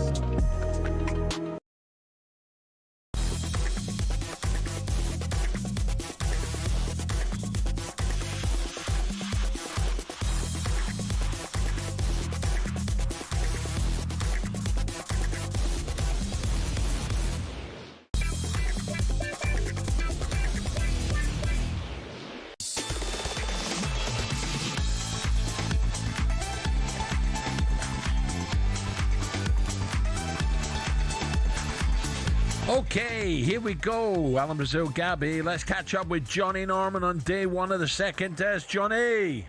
166 for 3 England, with Joe Root 61 not out. He's actually got a decent record at the Gabba. And Harry Brook 24 from 25. The ball's getting a little bit softer for Australia, so they're continuing to just pitch it a little short and essentially see if England want to chance their arm. They're holding back Mitchell Starc for that twilight period as day turns into night. That's when it's very, very difficult to bat in pink ball cricket. So England need to capitalise on this, and they're doing well. They're pushing the singles and taking anything over pitched on the drive. With Root now on 61, Harry Brook 24. All of this after England at one stage today 5 for 2, with Duckett and Pope both dismissed without scoring. So they've hit back well thanks to Crawley 76. Can they push on from here? 166 for 3. Johnny, I'm just thinking Ben Stokes to come in next. So this is a key moment of the next hour and a half in this match, isn't it? Brook, Root, and then Ben Stokes to come in. Well, it's absolutely massive, because after these two, Root and Brook, who are both in decent touch, you've got Ben Stokes, who's, his batting hasn't been where he's wanted it to be over the last couple of years. And then you've got Jamie Smith. Jamie Smith is an interesting one because he, unlike the Aussies and the other England players, he's never played a day-night test. He's never played a pink ball first-class match. So lots of importance. The scoreboard right now looks pretty good for England. They just got to make sure these two, they see it through the next hour or so. Johnny, nice one. Thank you. Right, 10 minutes to 8 o'clock. Right, we're closing in on talkSPORT's Darts Presenter Trophy 2025, now in its third year, where 8 of talkSPORT's biggest names go head-to-head ahead of the PDC World Darts Championship kickoff.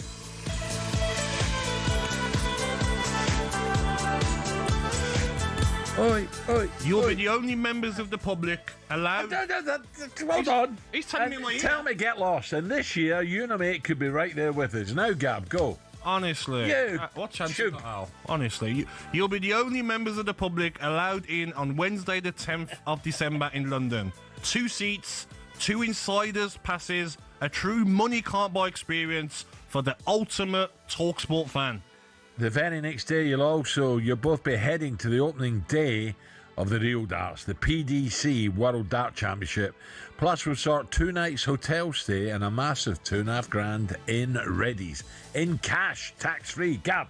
For your chance to win, text WIN to 83338. Text costs £2 plus your standard network rate.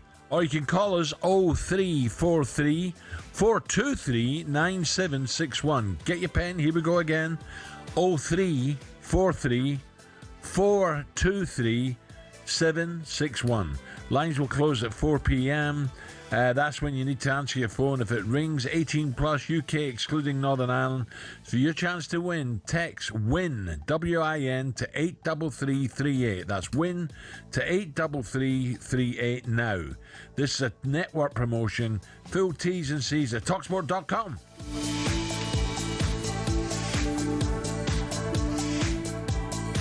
Right, here we go. So it wouldn't be a Thursday morning, Gab, would it? Without a wee bit of magic. Oh, wait. Got an issue? Why can't you see? All you need is some help from me. Give my lamp a rub.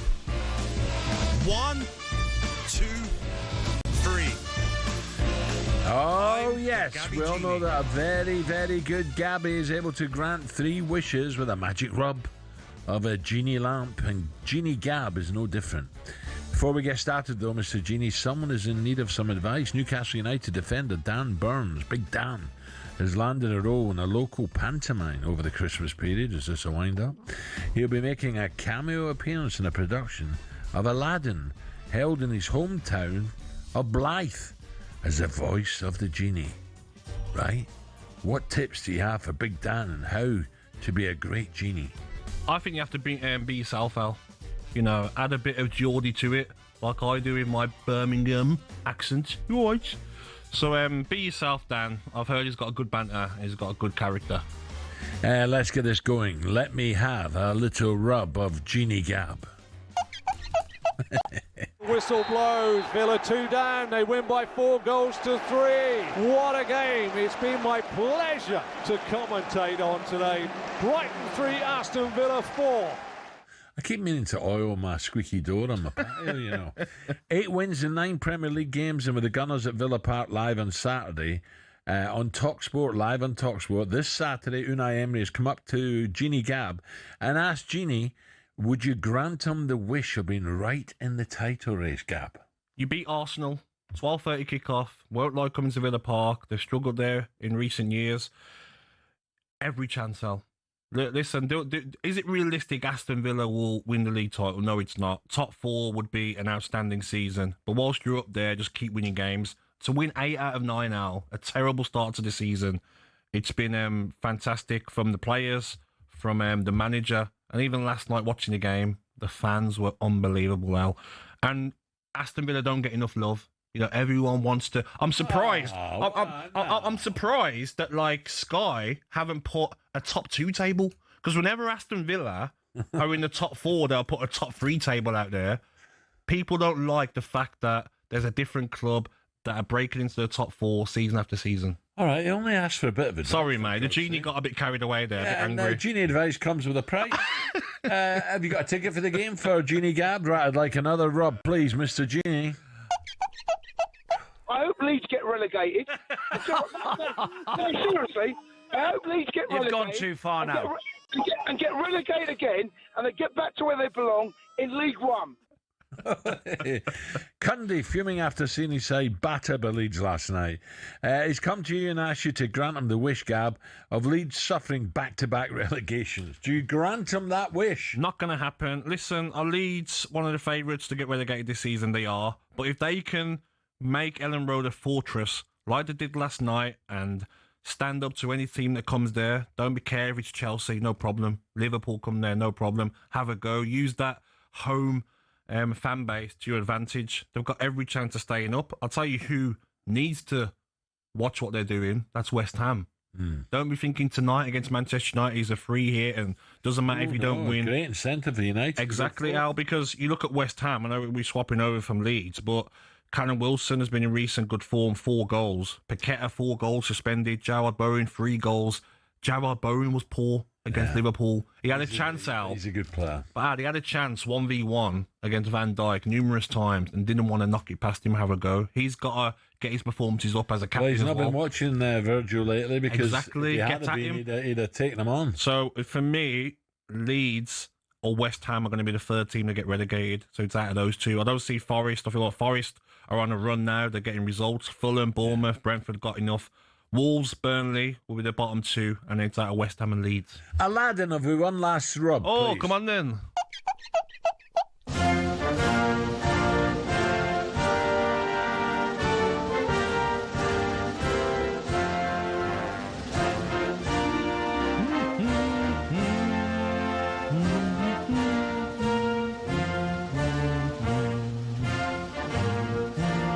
Has been revealed, not Ali, but Rio Ferdinand will be hosting a star-studded World Cup draw on Friday alongside the likes of Tom Brady, Wayne Gretzky, ice hockey player, and Shaquille O'Neal. McCoy's is also out in the States, and we ask you to grant him the wish of joining the panel and opening the car door for Rio. Will Fletch be right next to him? Yeah, my market as well. By the way, Ali loves a draw, doesn't he? Yeah, he does love a draw. I think it'd be nice for Falkirk. I think it would be nice for Ali to join them, Al. Ali to join them, 100%. Ali's out there. He's going to have for the draw. Rio. Yes, he's gone yesterday. Oh, yes. Oh, I didn't know Ali had gone. I thought you were asking. He left early, 20 to 10. See you later. I went, where you going? So I'm going to draw. I said, well, it doesn't take that long to get it in Dundee. He said, no, you tube. I'm going to New York. It'd be nice, though, when it out to see you Scotland get in their group. I don't fancy Mexico. If it's America or Canada, I may jump the plane. We'll see. So what are they doing then? How are they going to draw it? Because there's still teams that can get into the World Cup. Idea. But you haven't got all the teams that are going to be in the World Cup done yet.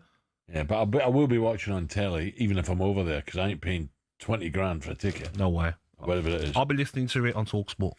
Remember, tomorrow, Adrian Dunham hosts World Cup Drive from 4 p.m. The draw for the 2026 World Cup taking place during the show. Is Adrian in America or is he here?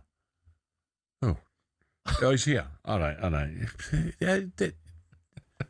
Don't you know? He'll be joined by Stuart Pearce, Alan Pardew, Charlie Mulgrew and Andy Brazil to bring you full and extensive coverage of the draw. England, Scotland and the rest of the nations find out their opponents. Then from 7 o'clock, Goldilocks and Darren Bent will be bringing you the World Cup after party with the best reaction, a host of special guests and exclusive interviews, and they're over there. And stay tuned to hear from a very, very special music artist who the US Drive Boys have caught up with over in the States. Up next, taking your calls on last night's football, is Chelsea's title challenge over before it began.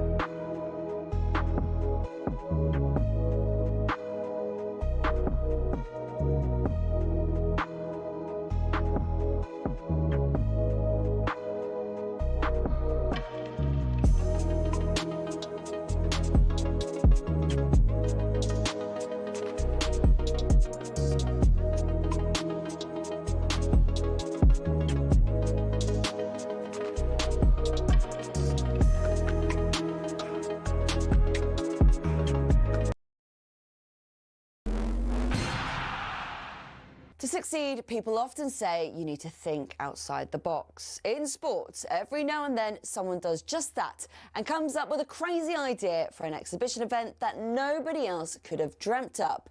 Here are some of the most iconic we've ever seen.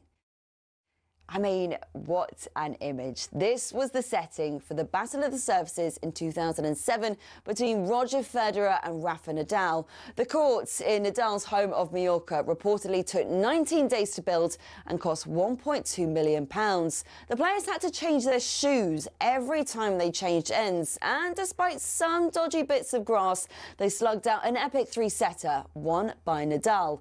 But that's not even the most famous exhibition in tennis, because in 1973, we got the Battle of the Sexes, watched by 50 million people in the US alone. Billie Jean King's victory over Bobby Riggs was not only a landmark event for entertainment value, but also for its impact on the fight for gender equality in sports. I mean, the Battle of the Surfaces never got turned into a movie. Now, Imagine a motor race that involved American Indy cars and European F1 cars. Well, that happened twice, back in 1957 and 58. The race of the two worlds took place at Monza and was nicknamed Monzanapolis. Despite legends like Sterling Moss, Phil Hill and Mike Hawthorne racing the F1 cars, the Americans won both years. Fans and the teams loved it, but it didn't make enough money, so got canned. For its cast list alone, though, the greatest exhibition might have to go to the Princess Diana Memorial match at Lord's. Mike Atherton captained a Marylebone Cricket Club side with Sachin Tendulkar leading a rest of the world 11. Names like Wasim Akram, Zurav Ganguly, Andy Flower, Anil Kumble and Glenn McGrath turned out. The one-dayer, won by the rest of the world by 6 wickets, raised more than £1 million for the Princess of Wales Memorial Fund. Incredible all round.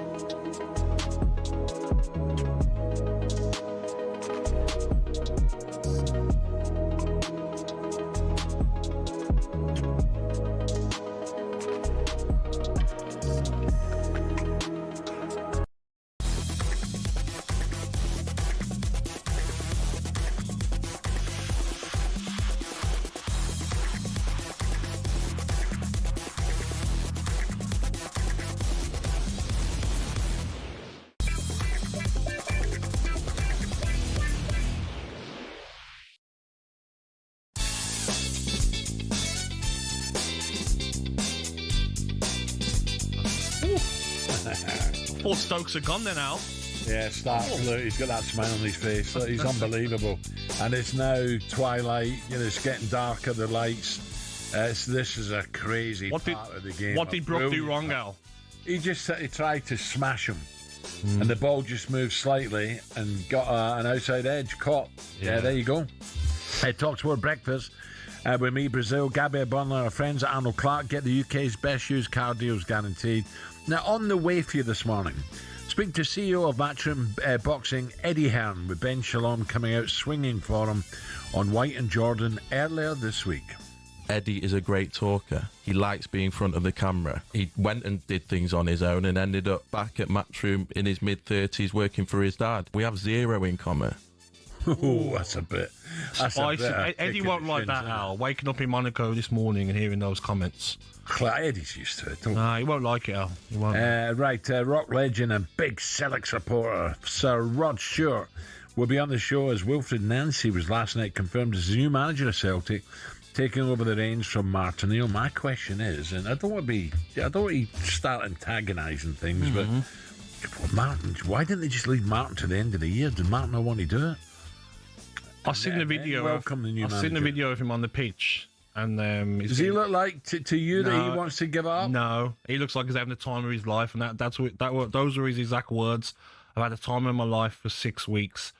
But Al, maybe we don't know exactly what's happened. Maybe Martin didn't want it for any longer, you know. And, yeah. But I'm sure it was his biggest dream come true to come back to Celtic and get 6 weeks managing. And this new manager, you can't say anything about him because you've done that with Vans, didn't you? Yeah. And he backfired. Yeah. So Rod coming up at 9:50. Don't look at me like that. You did though. Now there was another busy night of Premier League action as Leeds put a dent in. The reason why I said that, right, is because I didn't know who he was. That's why, and I don't know who this guy is. Yeah, exactly. But you can't say that now because he might come and do well for Celtic. And I can give an opinion. Okay. Right, I can give an opinion. Yeah, but you were hammering Postecoglou when you got the job. Who's this guy? Yeah. What's he done? Because I didn't know him. Yeah. Okay. And did he take the Premiership by storm, did he? He done well, didn't he? In the Premiership? No, in the Scottish Premiership he did. No, in England. I'm talking about Celtic. Big time. I'm talking about Celtic. Yeah. One Europa League, did he not? Yeah. For Spurs? I've got two of them.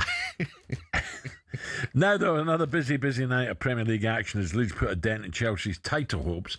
Liverpool managed just 1 point at home to Sunderland, and Villa produced a stunning comeback at the Amex. That was a great game against Brighton. A bad night, though, for Chelsea. And speaking after the match, Enzo Maresca was furious how his team, the gifted Leeds, their third last night. That showed that was not a bad day. It was not a good day for us. I think all the 3 goals, they were too easy for them. The first goal in the corner, it was too easy. The second goal, we lost the ball. And the third goal, was like a present. Okay, let's head to the phone lines now. Ryan's a Chelsea fan. He has given us a call. Ryan, I must admit, I know Leeds are at home, you know, with that crowd base and the old rivalry, Leeds-Chelsea. You're probably too young for that. But that was a surprise last night for me. Good morning, Ryan. Morning. Yeah, it was a surprise, and it's a terrible result. But I'm phoning mainly because I'm not saying Gabby's the only one that says it, but it seems to be an easy excuse for people to throw out there whenever Chelsea have a poor result that they've got. Oh, hold on, we'll try and get Ryan back there. Oh, it's okay. He's going to have a go at me. It's okay. Oh, no, you can move all on. that. You're making a name for yourself doing that. We can move on now. Batting people off, Gab. Oh, yeah. Mike Stokes is gonna in a minute. Yeah. No, don't say that. Don't say that. Don't touch, you know. Ryan, try and ring us back, please, or we'll ring you back. Right, so how much of a surprise was that for you last night?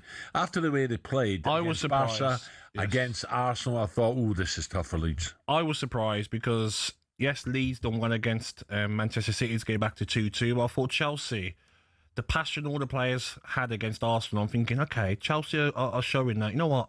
Yeah, we're going to be in a title challenge. We're gonna try and go all the way with Arsenal. Then to put in that pitiful performance. I mean, the third goal, Al, Tosin gets the ball from Gusto, takes a touch in goal, and then loses the ball.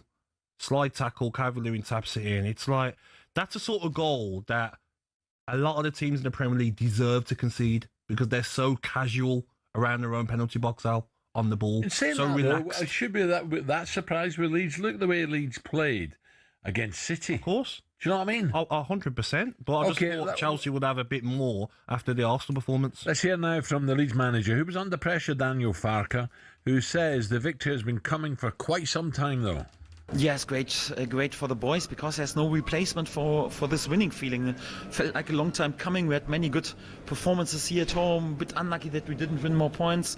It was the last away game, especially at Man City, was on top level, and the lads deserve today to have such a win back on track in terms of points, and great result. But yeah, we have to keep going. It will be a long road, and we have to win many more points and have to keep going.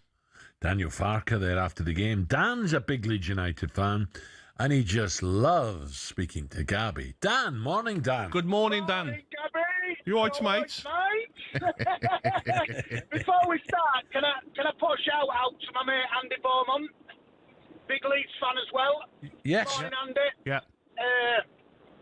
Yeah, I think it all started from Saturday. I went to my first away game with Leeds at Etihad. What a stadium.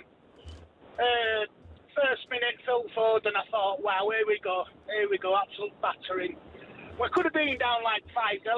time.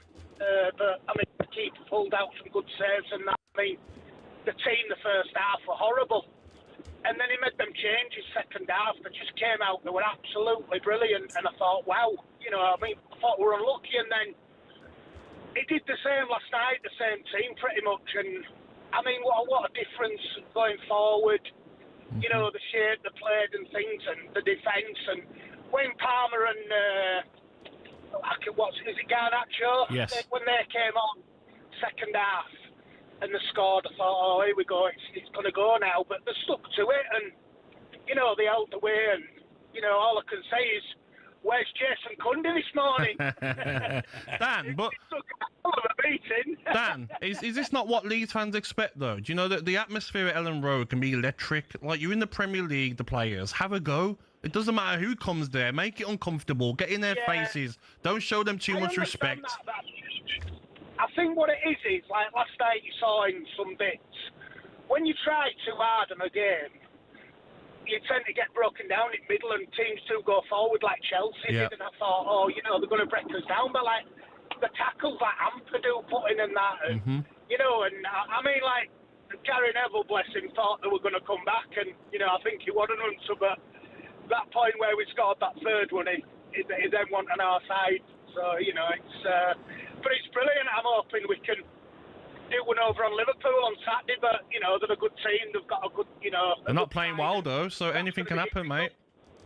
Well, it could, yeah, but I'm not going to take it away from them. I still think they're a good team, and, you know, fingers crossed. But there you go. Nice one, Dan. Well done, Dan. Well done, mate. Thank you, Dan, a Leeds fan there. Right, 181 for 4, Stokes on 4, Root on 64 now. Harry Brooks out for 31. Now, Gabby's been cast once again as Villa's Christmas video. Let's see if he's a little bit less camera shy than he was during his playing days.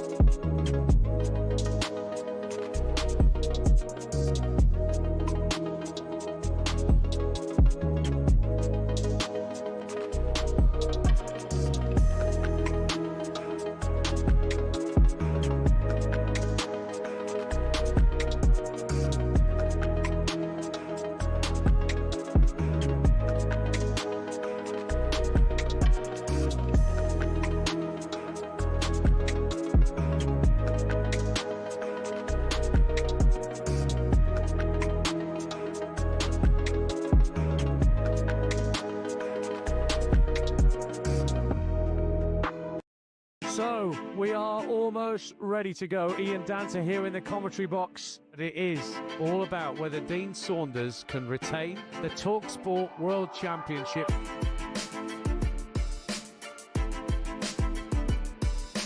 To win the leg. She's got it! Gets it! Double 9! He refuses the handshake.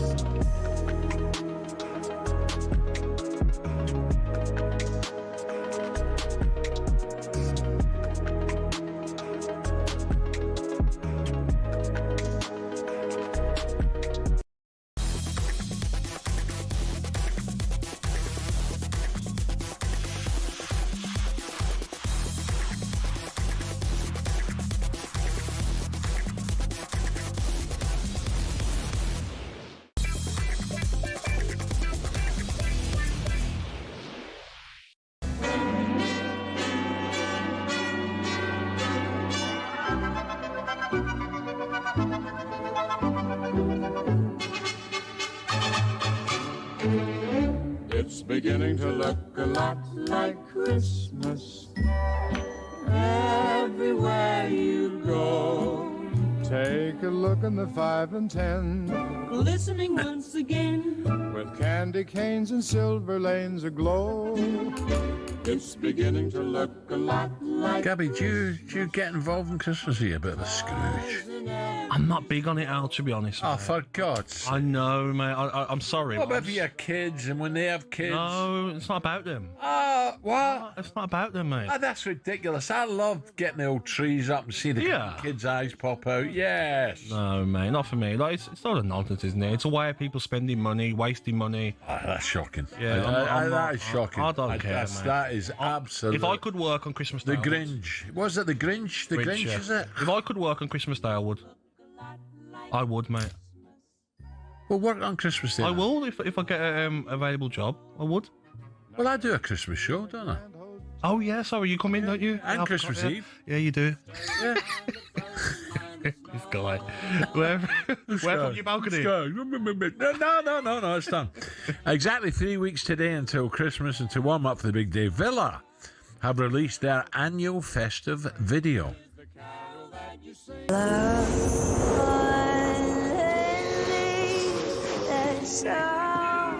Ollie Watkins breaks the record. That's number 75. Nobody's done more. Keeper's got to do better.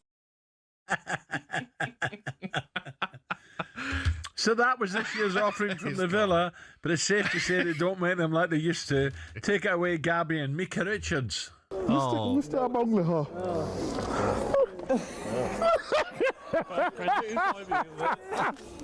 Oh, thank you very much.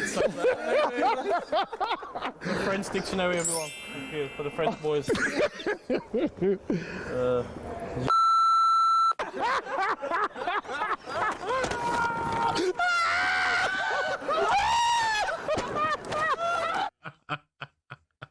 Oh, yo, that was so funny. Because Mika, by the way, just for the people who are listening, Mika Richard dressed as Santa. Yes, dressed as Santa, but also... But see, that was the Gabby Agbonlahor I remember. Yes. You know what's funny, Al? Because there's so many French players in the team, so they got me for Christmas a French dictionary, and we all knew the swear words in French because the French players always used me in just dressing rooms. I said one of them, and that's what made them all laugh. It was like a naughty French word. Oops. And just use them at all now? Or? Yeah, every time, mate. Every time there's an argument, yeah. England 182 for 4. Ben Stokes and Joe Root at the crease. Let's get the latest odds. Here he comes. Our very own little Santa, Coral's John Hill. The Coral Daily Download on talkSPORT with Coral. Bring the cheer this festive season with a sackload of odds and offers from Coral. 18+, gambleaware.org. Hey up, ho, ho, ho, John, morning. Morning, John. Good morning, guys. I love a bit of Christmas. How you know that? Good and I man. love I bet you Day. do. I absolutely love Boxing Day. That's my favourite day of the year, Boxing Day. Why? Yeah. Kempton All the Park. sport. Oh, All the sport, absolutely. No, but Football, right, saying there's racing. there's no football, is What, there? one game? Well, there's one game in the Premier League, but there's plenty of National League action. So Rochdale will be playing. We're off to Morecambe, so we're off to the seaside of Boxing Any Day spare this year. tickets, John? I might be able to sort you a couple Okay. out. Are you actually, going? Gabby. Are you going? That'll get you out of the house. You going, John? Are you heading there? Absolutely, I'll be going. Yeah, I'll be there. Yeah, and I'll be watching the King George on my phone. I won't be this missing that. guy's a dark horse, you know. Oh, really? He doesn't watch the game. He stands looking at the Rochdale fans with a drum. Boom, boom, boom, boom. He's an ultra. He's a Rochdale ultra. Oh dear, I have been called worse. Yes, absolutely. Right, where do we start, pal? Well, let's what start about the with cricket? What about the second cricket? test. Yeah. Absolutely, yeah. Look, England fans, when they woke up this morning seeing those 2 wickets fall, Al Ducky going early doors and then Pope, they must have thought, here we go again. But to be fair to England, they have responded well, haven't they? Joe Root is on good form here. 66 not out, looking to get his first century in Australia in Ashes cricket. England now 11-8, Australia 4-5. So it's very much in the balance. We just lost Harry Buck a few overs By the ago. way, So John, you wouldn't have seen it there, but Joe Root just glaring at Stark. Stark just belted him. Yeah. Is that the offside? I don't know my cricket. He just hit him quite high. Root just glared at him. But look, he's going well. Joe's going well, 66. I wonder what's going through Joe's mind here. Is he saying, come on, 100. Ram it down the throws 100. Stokes on 12, so 191 for 4. How do we bet? Yeah, absolutely. Yeah, and you know, a lot of pressure on Joe Root here, isn't it? It's come to a lot of criticism for not getting a century in Australia. So he'd love to put that right here. A lot of criticism after that opening test in Perth as well. So yeah, England 11-8 to win this second test. They need to do it. Really. And what sort of target we're looking at? Do they need 300? Yeah, I think they'll be looking towards 300, absolutely. Certainly bat into tomorrow. That's been the problem with England. They just do not bat out their overs, do they? They were bowled out for 33 overs in the first innings in Perth. They're not giving their bowlers any rest at all. So just bat out into tomorrow, try and soften that new ball. And 300, I think, would be the target from here, Alan. I tell you what they are doing, John. Like Stark just bowled another one, a teaser wide, and Root left it, whereas... You know, in the first test, they had a slash. They were fishing. They were fishing everything, weren't they? And then, you know, Australia just absolutely just put everything out wide there, and everybody was going for it. So that's sensible from Root. Hopefully, they keep leaving those and just see off Mitchell Stark. He's the only man who's dangerous in this Australian bowling attack for me. So they left Bumrah in the summer, didn't they, against India? They said, no, we're not going to play you. We'll play everybody out. We don't break them. That's the way to do it. John, can we move on to football now? Odds for tonight's game between Manchester United and West Ham, and also relegation odds, please, and title odds, including Aston Villa. Thank you. Well, yes, United versus a lot in that. Let's start with United West Ham. Yeah, Gabby's only got 3 minutes. It's what we pay you for, John. United are 1-2 favourites tonight. West Ham 5-1, 18-5 the draw. We're saying it's going to be a straightforward United win, Gabby. Do you see it any differently? The way West Ham are playing, 100%. Wouldn't surprise me if 2-3-0 Manchester United, comfortable win. Okay, then. And then into the relegation betting. Well, Wolves are just gone out there. I think they're 1-33. Oh, what a shame. Burnley 1-10. They're short odds on as well. And then it gets interesting. Even money West Ham, Gabby. 6-4 Leeds, who had a great win last night. They eased their relegation pressure. Forest are 13-2, and then 10-1 Fulham. So looking at this, West Ham are in really big trouble, aren't they? Are you leaving Bournemouth out of it? Well, yeah, they're big price. They're 28-1. They've had a great start to the season, haven't they? So we certainly don't see them being dragged into it. Top and then four? The title odds, top four? Top four, yes, we could look at that. Top four, Chelsea 4-7, despite defeat last night. 4-7, Liverpool. United 5-2. So win tonight, we could see those odds shorten. Villa 100-30, so just a little bit bigger than 3-1, Gabby. John, just a quickie. Boxing Day, Harry Redknapp. I was with Harry last week. He was in fantastic form. What price the jukebox man, and how do we bet in the King George? It's a great race this year. It is a fantastic race, and there was a great story from Harry saying that his missus had told him that he's got the son over and his daughter-in-law for Boxing Day, and he said, well, I won't be there, I'll be at Kempton. So he's got his priorities straight, hasn't he, as Harry? But yeah, this is a great race, isn't it? Gaelic Warrior 2-1 favourite. You've got Django Bay for Nicky Henderson 5-2, and then the Jukebox Man for Harry in there at 5-1. He could even have Factor File coming over, Banbridge, Diallo for Venetia Williams. It could be an absolute stellar renewal. It really should. And can't wait for it, Al. That'd be a real treat. John, one last one. Ray Parlour to be ejected from Romford Dogs boxing morning. We've just gone 1 to 5. He's just been cut to 1 to 5. As Mr. Ray Parlour, but he loves himself, doesn't he, at Romford on boxing. That's a real annual tradition for him, and the crowd love to see him there as well. So there'll be lots of selfies and autographs, no doubt, from that bumper crowd at Romford. Nice one, John. Thank you, John Hills, and good luck with. Cheers, I'll speak to you before. I was going to say good luck for the Dale over the Christmas period. So England 193 for 4. So going really, really well. That was a look at the latest odds, all thanks to Coral, 18 plus, gambleaware.org. Root 67 and Ben Stokes on 13 now. Coming up to 8:30 on talkSPORT. The Coral Daily Download on talkSPORT with Coral. Bring the cheer this festive season with a sackload of odds and offers from Coral. 18 plus, gambleaware.org.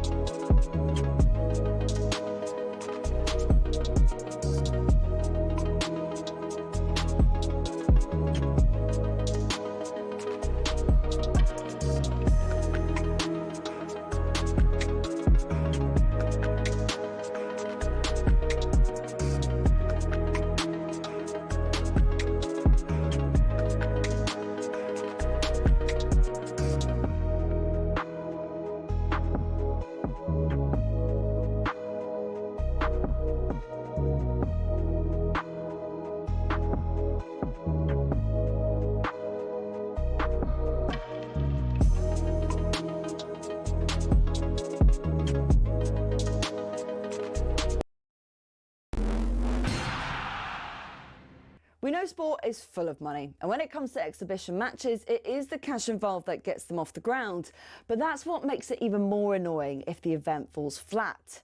When Mike Tyson fought Jake Paul, 65 million people streamed it on Netflix, but many people complained of buffering and freezing, and the fight itself wasn't that great either. So fans got shortchanged, while Tyson and Paul took home around $60 million between them.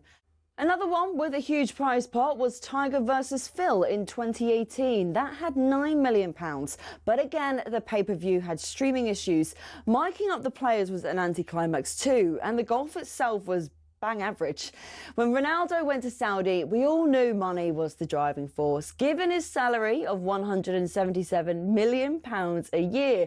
But then they thought, let's get Messi over for a game. So we had PSG versus the Riyadh All-Stars. Both the GOATs were past their best, but PSG still lined their pockets, charging fans a few pounds to watch it on their official channels. Although it wasn't quite as bad as the 75 quid pay-per-view where Mayweather fought McGregor.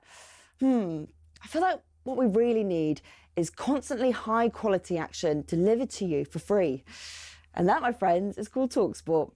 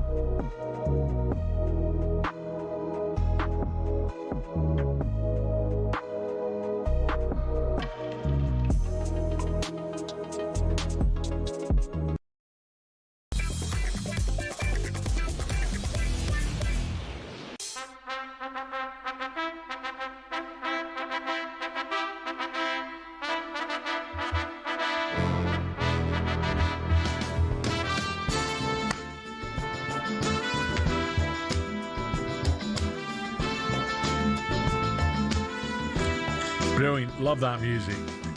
Up the steps of Philly. This is talkSPORT Breakfast with me, Brazil Gabby, and the Arnold Clark app. Everything for your car all in one place. Download today. Now it's a busy old time. In the world of boxing, Conor Benn has been made the #1 challenger for the WBC title. AJ just a couple of weeks away from fighting YouTuber Jake Paul. Usyk has declared that he wants his next fight, now this is interesting, to be Deontay Wilder. Whoa! And this Saturday, Shabazz Massoud and Peter McGrail lead a slate of fighters on a packed undercard as they descend on Monaco for the Monte Carlo Showdown 6. The pair headline a European Super Bantamweight title fight, and there's a fascinating fight card beneath them, which unfolds in the Principality on Saturday, and it's live on DAZN. Join us now for more. Chairman of Matchroom Boxing, Eddie Hearn. Eddie, good morning. Good morning, Eddie. Good morning, boys. How we doing? Oh, well, mate. You pick some venues, you do. Let's pop down to the Razzcast bar. Funnily enough, this is the one that the staff really look forward to. I'm sure they do, yeah. Is the old man coming over? Is he making an appearance? Yeah, we have our Christmas dinner tonight, which everyone's looking forward to. But it's definitely the best card, top to bottom, we've done in Monte Carlo. 2 brilliant domestic fights in, as you said, McGrail against Massoud. Conor Walker against Pat McCormack, a brilliant fight. British champion against Olympic silver medalist. Johnny Fisher returns as well. There's a female world championship fight. Elif Turhan against Beatrice Ferreira. Sean McComb against the local star here, Mikalev. So, yeah, big night on DAZN on Saturday. Eddie, what do you have to do? Do you have to fly a few punters in? The Monegasque, are they big boxing fans? I know there's a lot of Brits out there. Do you know what? The venue's quite small. It sits really beautifully on the seafront, holds about 800. But because of the fighters that are on, they're all bringing their own kind of individual support. So we've got 100 coming, 100 Bosch soldiers for Johnny Fisher. Prince Albert's over the moon that those boys are going to be, marauding around Monaco this Saturday. You've got Newcastle in the town, Stoke from Massoud. You've got Peter McGrail bringing the Scousers. So it's a real big blend, but completely banged out. It has been as soon as we went on sale. And for fight fans, it's a really kind of unique experience. Yeah. Eddie, moving on to Conor Benn now. The WBC has decided it's a mandatory fight for 2026. So it's looking like Conor Benn will be fighting either Ryan Garcia or Mario Barrios. Which one of those fights would you prefer for Conor, mate? I mean, I think Barrios is a guy that he's targeted for a long time. Conor's got this obsession with the WBC world title.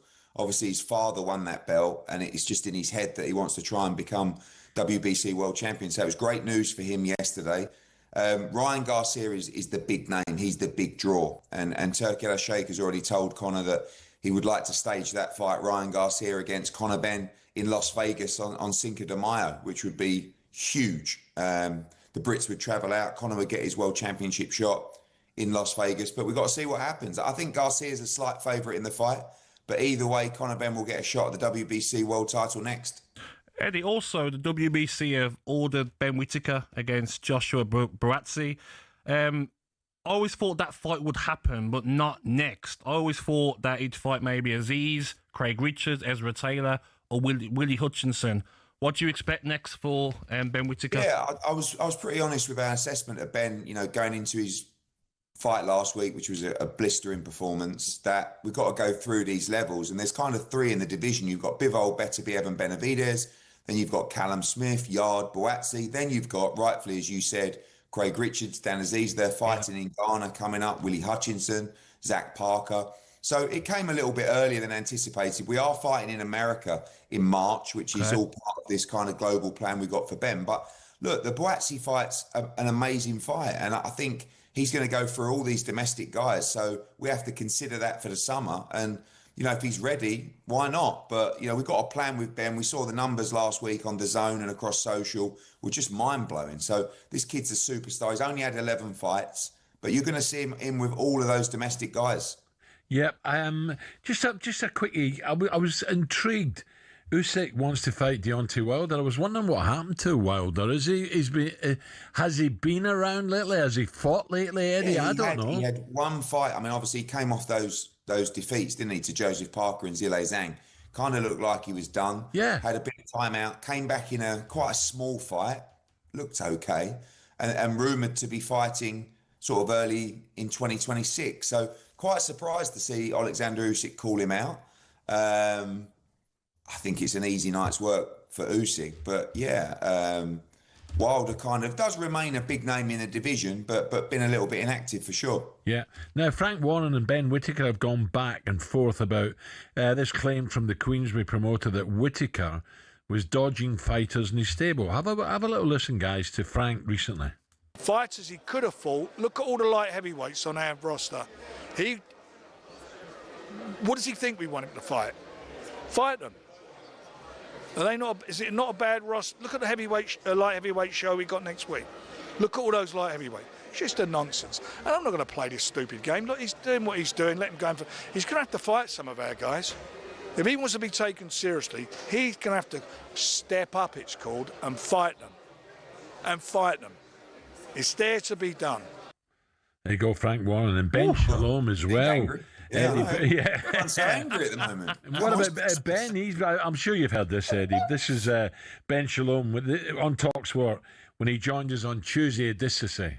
There's an insecurity there. Eddie started working for Matchroom at 35 years old. He sees me come along at 27 and do things from my own back, off my own back, and have to go through this struggle that he didn't have to. And I think it screams every insecurity that he's got in his body. I'm not going to go back and forth with people that haven't started their own business, that haven't built things for themselves, and that don't stand on their own 2 feet. It's not worth my time. The reality is, Eddie is a great talker. He likes being in front of the camera. He went and did things on his own and ended up back at Matchroom in his mid-30s working for his dad. He talks about the fact that we have only one thing in common, that we both had the Sky contract. We have zero in common. I had to get every contract that I had. It's not very hard to become the Sky promoter when Matchroom are already providing shed loads of sports and are already promoting boxing on Sky. The journey's completely different. It's completely unrelatable. And I think that's why he gets so touchy around the subject of myself.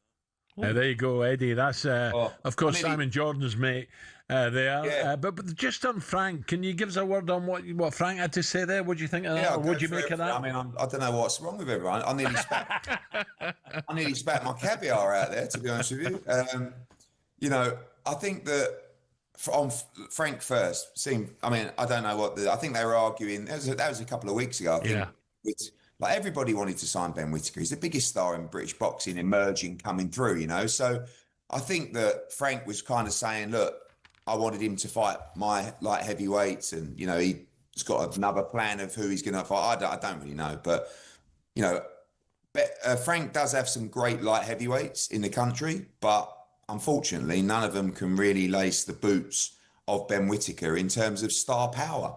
Yeah. We saw it last week. The guys are just a superstar. He's one of the most followed fighters across social media. He's Olympic silver medalist. He does huge viewing figures. And it was a massive coup for us to get him. You know, I saw Nikita Balderian from MVP, Jake Paul's promoter. He's like, you know, who did he fight at the weekend? What? And then I've got a video of Nikita sort of doing his big pitch on a selfie to Ben, going, "Hey Ben, come and join MVP." They were all absolutely desperate to get it. As usual, we won the race. As for the other fella, Eddie, can I ask you on that though before you comment on Ben? What is the beef between you and Ben? Because before you do answer, you do know he's Simon Jordan's good friend, so we don't want you and Simon falling out again. I've got no beef with Ben. I mean, as I said a couple of weeks ago, it's a bit like, I don't know, PSG having beef with Accrington Stanley. It's just like there's no relevance to it at all. But let's be honest, if you were boxer, you know, and you're sitting down in your board meeting, you're doing you're having your sort of strategy Mondays, and it's like, right, we've completely ruined boxing on Sky Sports and been all of our fighters are leaving and want to sign with Eddie Hearn. The production looked like it was done by a 4-year-old. What are we going to do? Oh, let's have a go at Eddie Hearn. That'll get us on talkSPORT and a few other outlets as well. So, yeah, Ben's about 10 years out on all his storytelling. But listen, I would do the same if I was Ben. I really would, because, you know, it's terrible times for him, and you've got to fight back, and it's good to see him fight back. I think it's, you know, we've had calls from a number of his fighters in the last few days wanting to join Matchroom, and the exodus is upon us. So keep battling away. You know, I don't know about this building business stuff. I mean, when he says I've achieved everything off my own back, he ain't achieved nothing yet. I mean, let's see how we get on. I think my legacy speaks for itself. But yes, I do work for my father. I'm absolutely over the moon to do something. He's a hero of mine, and I will continue doing so and putting on these incredible events around the world. And we'll see how he's getting on in 15 years. Eddie, before you go, a quick one on AJ. How is he ahead of Jake Paul?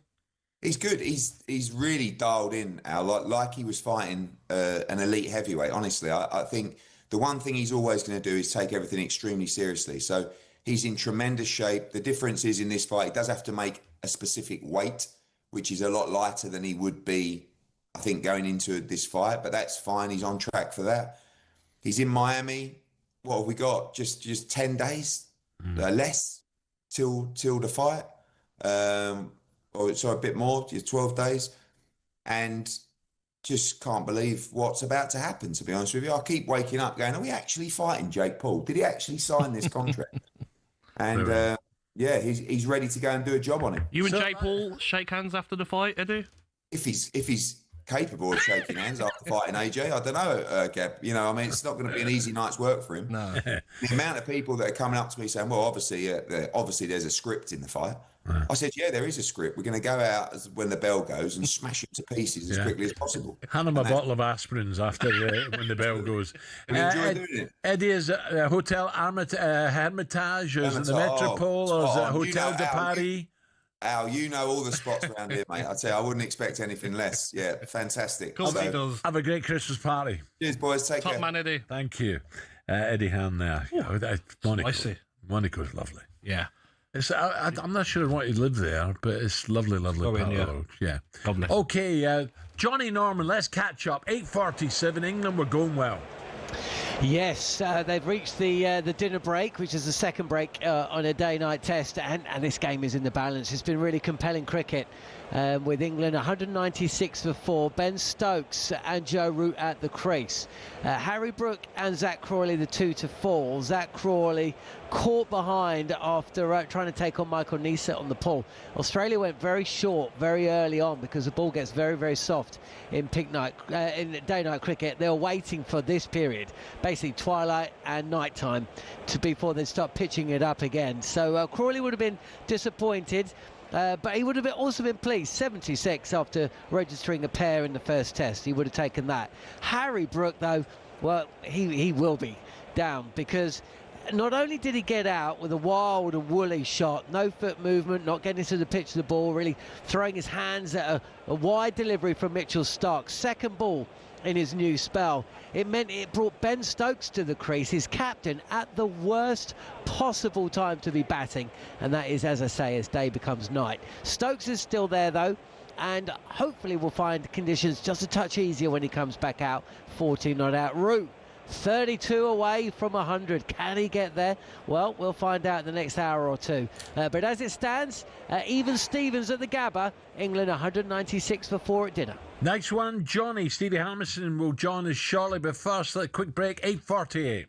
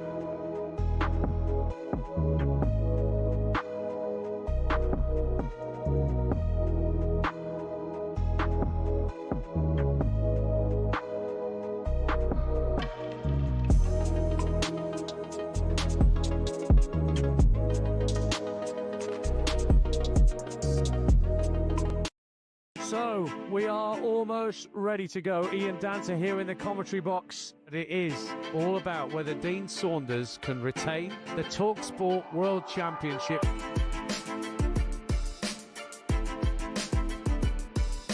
To win the leg. She's got it! Gets it! Double 9! He refuses the handshake.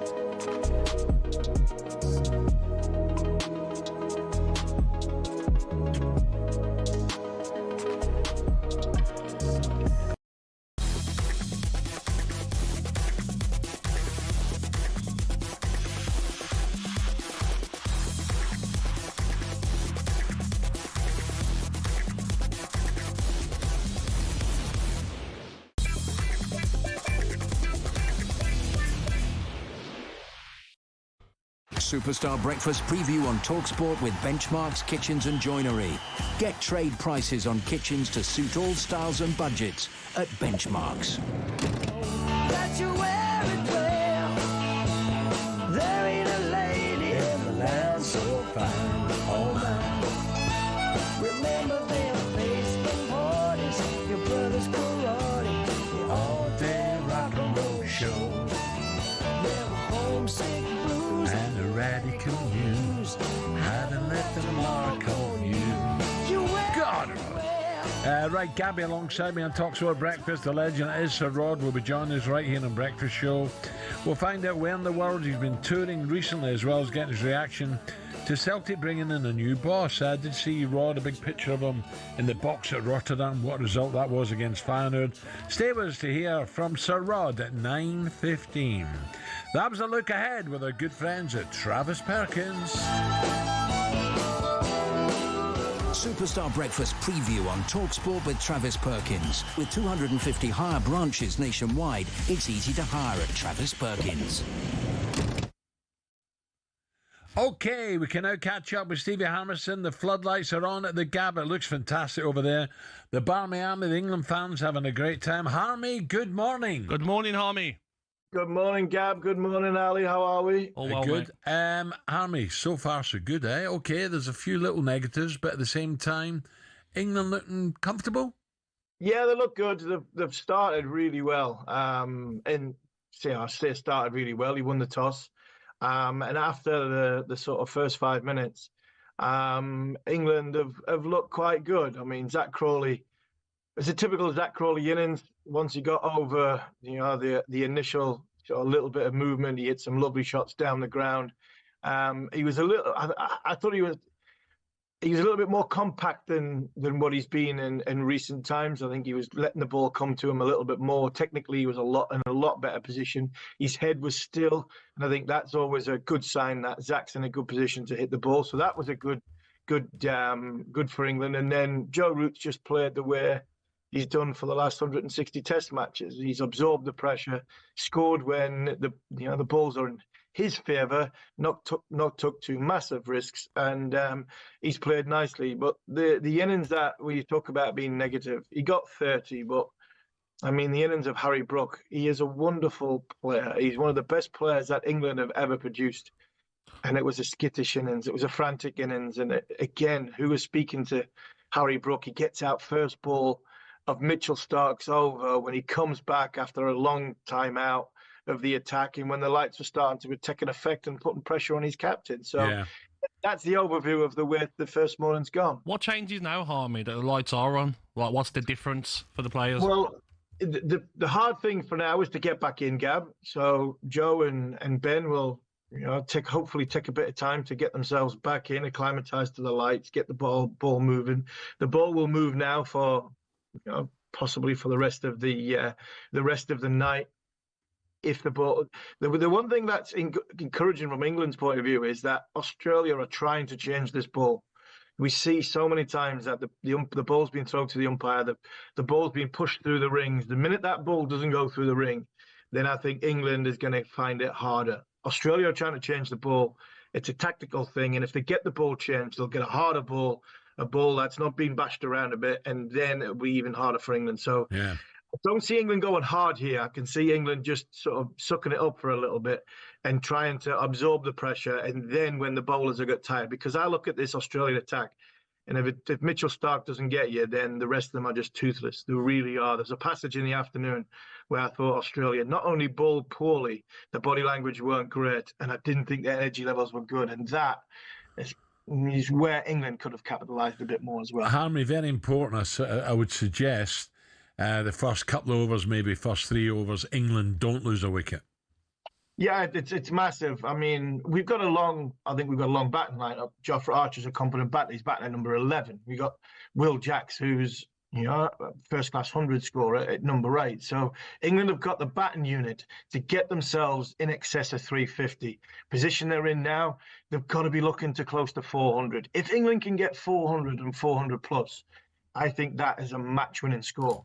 I really do think that's a match-winning score. And these conditions, with the bowlers that England have got, if England can get 400, 425, puts them in a fantastic position to dictate when the game, they declare to bowl when the conditions are in their favour. That's why it's so important that you win the toss and you bat well first up.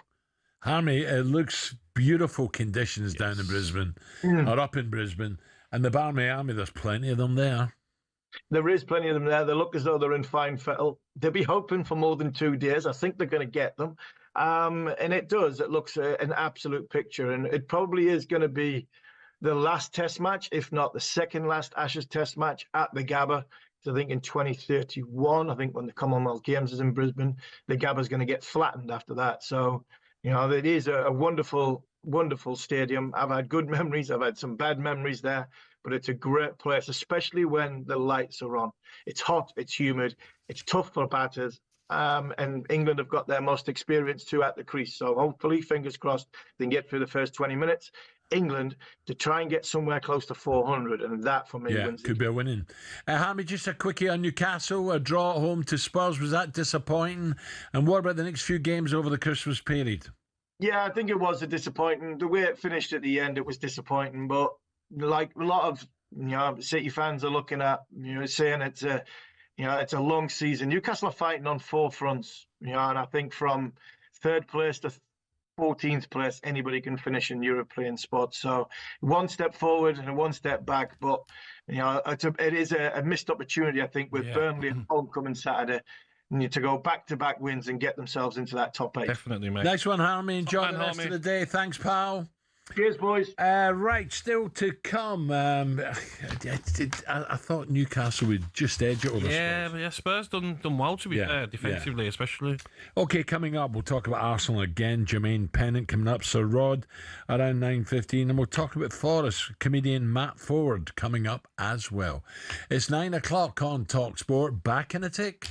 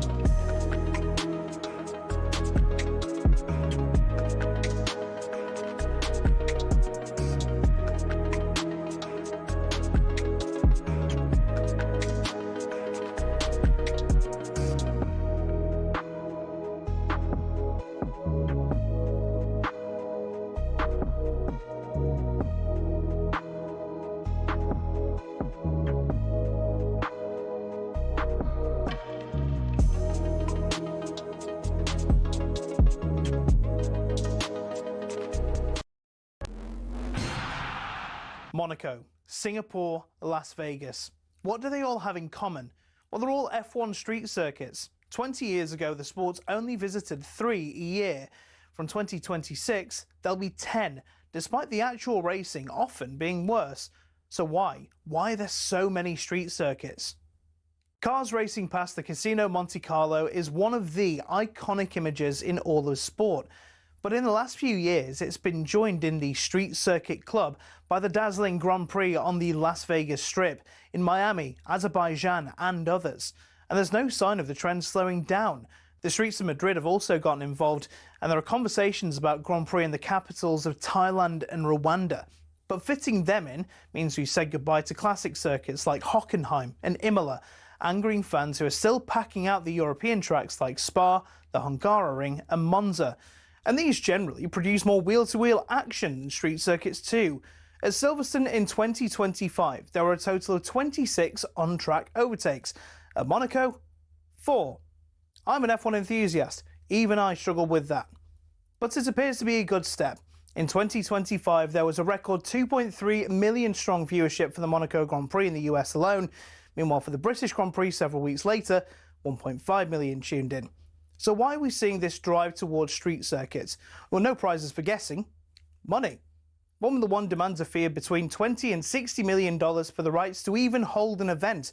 In total, including sponsorships, it's believed officials in Saudi Arabia pay almost $100 million for their race.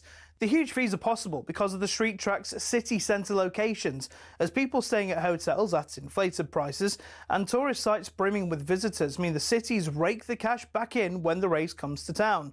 So it makes financial sense for Formula One and the cities, but will it cost the sport in the long run if F1 races are too boring? After all, nothing beats the roar of an F1 car as it flies through the forests of Europe, or mechanics watching a storm coming across the humid Asian countryside.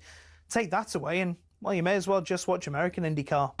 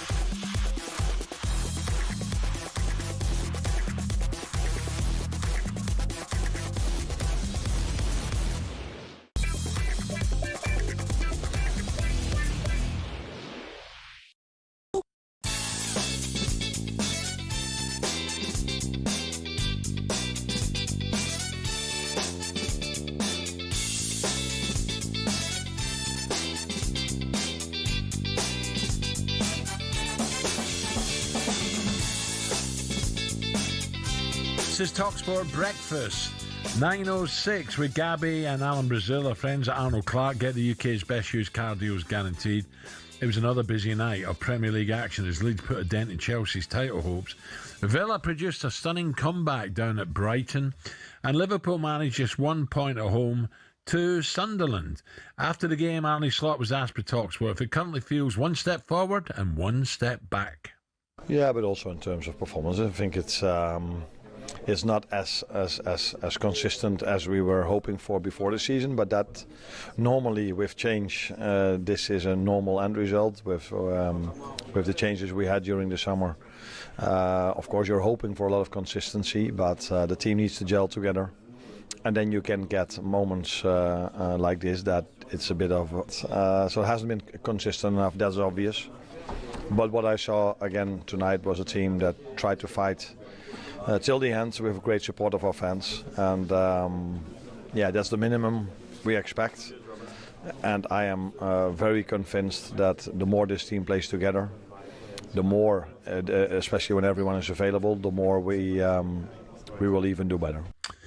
Yeah, Liverpool, I don't know. John is now his former Liverpool winger who took part in the worst quiz in history when he went up against Gabby in the summer. Jermaine Pennant-Johnson. That was bad. Jermaine, how are we, Jermaine? Morning, Jermaine. What is the name of the tapas dish that consists of mini, often cubed potatoes? Paella. What? Paella. No! The answer is patatas bravas. Oh, yeah. I thought the I'll have like a little couple of bit of potatoes in there. Nah, it's rice, mate. You sure you were? Yeah, rice and potatoes and all chicken, everything in there. That's the battle of the dopes here today, isn't it?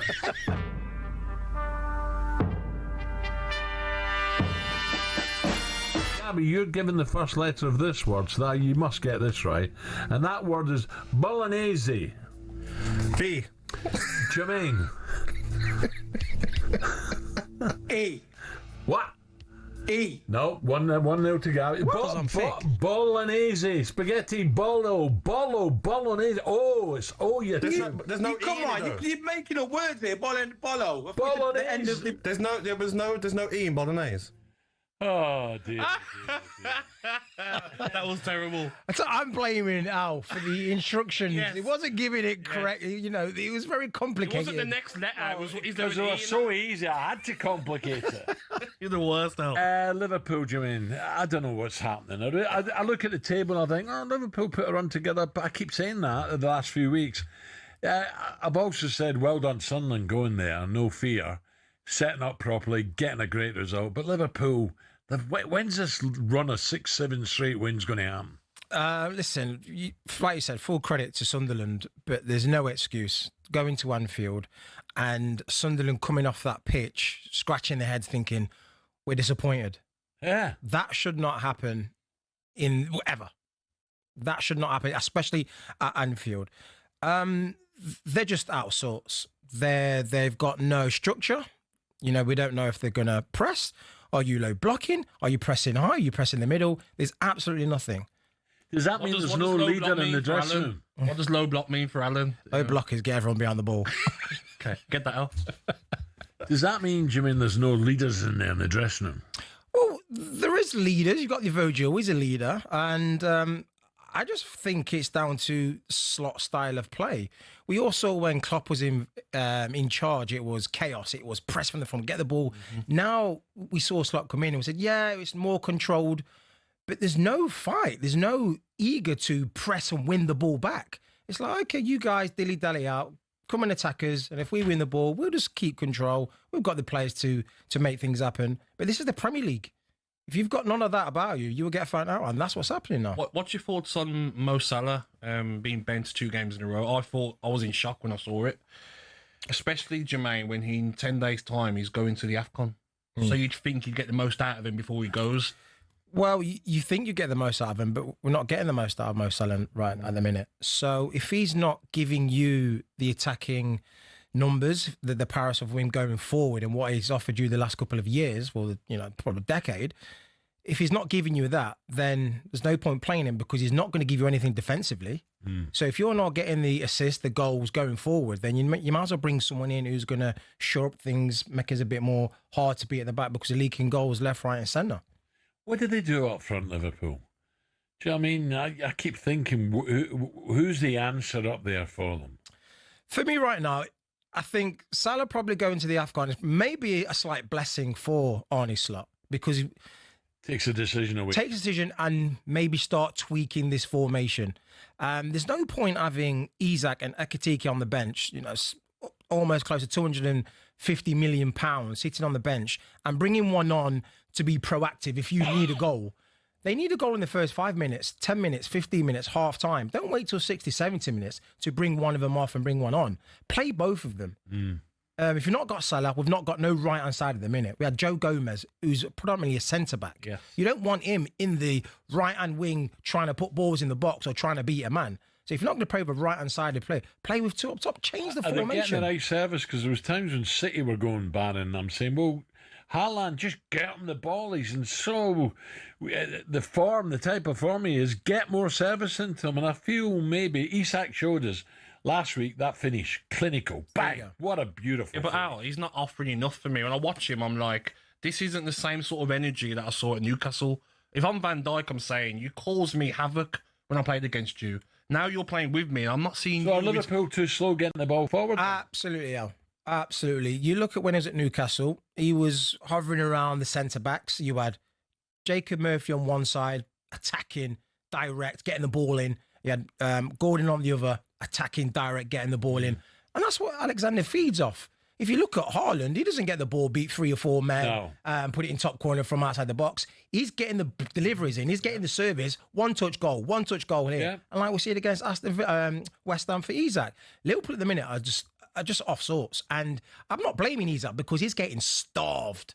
And if you're not getting the chances created for you, you're not going to put the ball in the back of the net. What's scary for me, though, Jermaine, is that you played at Anfield many times. Teams are going there now and they're having a fun day. Having a fun day. They're just like, hey, it's not a fortress. Anfield, no problem. Sunderland had chances to win the game. Isidore, last minute, cleared off the line by Chiesa. They need to get back to making it a fortress, don't they? Well, for that to happen, you've got to press. You've got to not give them time on the ball. Every time they've got a ball, you've got a man in your face. You know, the goalkeeper gets it, gives it out to his centre-backs. Everyone push up. That's what Sunderland were doing. And it instructs you to now you've got to go long. Rather than get the ball, Xhaka gets the ball, turns, oh, where's everyone? Oh, where's Lefay? Oh, let's give it you here. Yeah, I'm fine, no pressure. It's just, the style he's got going, it's just not working. And to say that we're quarter away in the season and he's not changed anything is beyond me. Do you mean just a quickie on last night, Ellen Road? Whoa. Was that a turn-up or were Leeds promising? Were they promising they're going to beat someone big? Because that was a great result. Great result, and that place is definitely hard to go and get result. And I think Chelsea obviously made some changes, and I think they're going to look back at Tarua that. They probably went into that game thinking, yeah, Leeds, we've got some big games coming up, but you'll get punished. And they did. Great result. Right, we can't wait, just because coming up, let's have a bit of music building up to this one.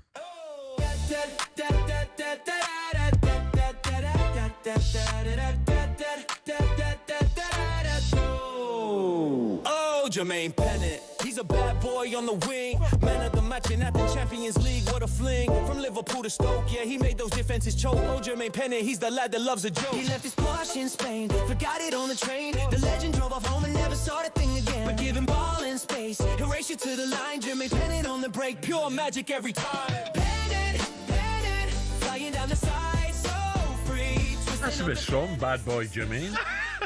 What about Gabby? Gabby was a rascal when he was younger. Gabby's worse than me. Yeah, I just got away with it. He's got #1 title ever. Honestly, Gabriel here. Listen, this is not going to go well here, pal. You've got the reigning champion in the darts. You've got Dino. I've heard. And Dino, I was with Dino yesterday. And he's practicing. Oh, of course he is. Of course he is. He practices every day a week, probably down the local.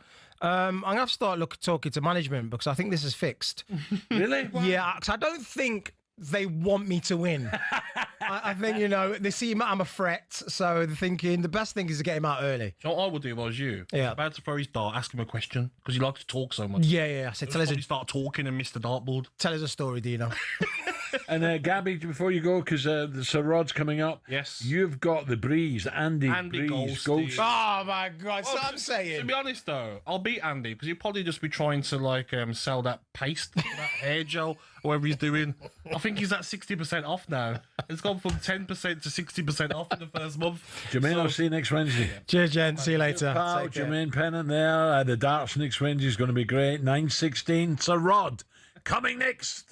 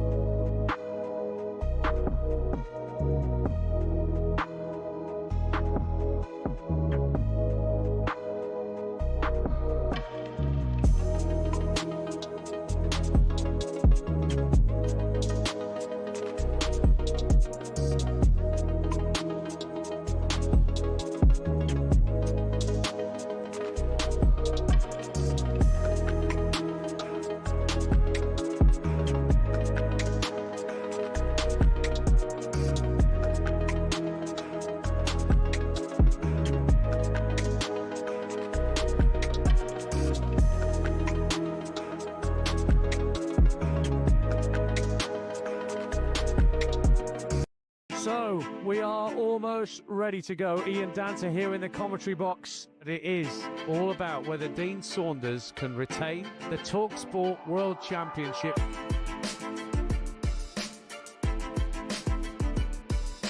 To win the leg. She's got it! Gets it! Double nine! He refuses the handshake.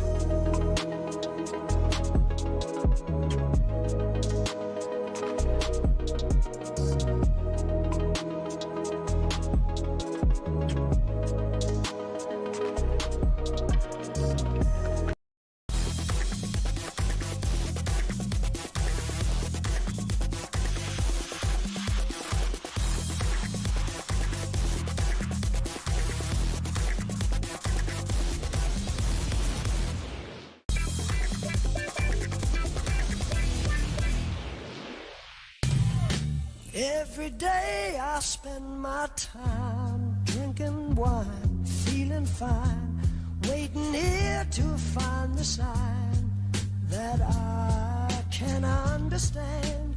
Yes, I am. In the days between the hours, ivory towers, bloody flowers push their heads into the air. I don't care if I ever know. There I go. 9:21. Gabby alongside me. Delighted to say we're joined by rock legend, a big Celtic fan, Scotland fan. Very good morning to Sir Rod Stewart. Rod, morning. Good morning, Rod. Morning, me old sausage. How are you? We are very well, Rod, very well, and things are looking up. It's fantastic north of the border, and a big game coming up Sunday. Yeah, I won't be able to be there. I'm right in the middle of a tour. I'm still in bed, actually. There's so many late nights. You know, I came back from Mannheim, and I'm off to Zurich and Munich at the weekend, so I'm going to miss it. But I'll get it on Celtic TV. I'll be there in spirit. Chilly over there, Rod, chilly. But listen, this is fantastic, all this touring dates you've got. And, but this is a big one you're going to miss. But Hearts have hit the buffer a wee bit. Celtic are now pushing on. Yeah, it's ever since they beat us quite thoroughly, 3-1, they seem to have slipped up, luckily for us. And we're not. I don't think we're playing extremely well. I mean, last night's game against Dundee, we were wonderful in the first half, but then just drifted off. But good old Martin O'Neill, a win for him and a wonderful send-off. What a hero he is. Well, I was going to play a little bit of Jackson Brown's Please Stay, because I don't want Martin to go, with the greatest respect to Wilfred. No, We've got to welcome this guy with open arms. But Martin, stay at the end of the season, please. Yeah, I wish he could. I don't think it's possible.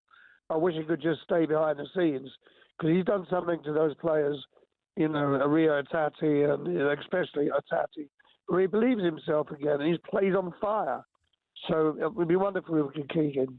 Right, I played under Martin at Villa for 4 seasons, and he was my favourite manager during my career because he just gets the best out of players. His man management is the best I've ever witnessed, and I'm sure those Celtic players will be devastated that he is leaving.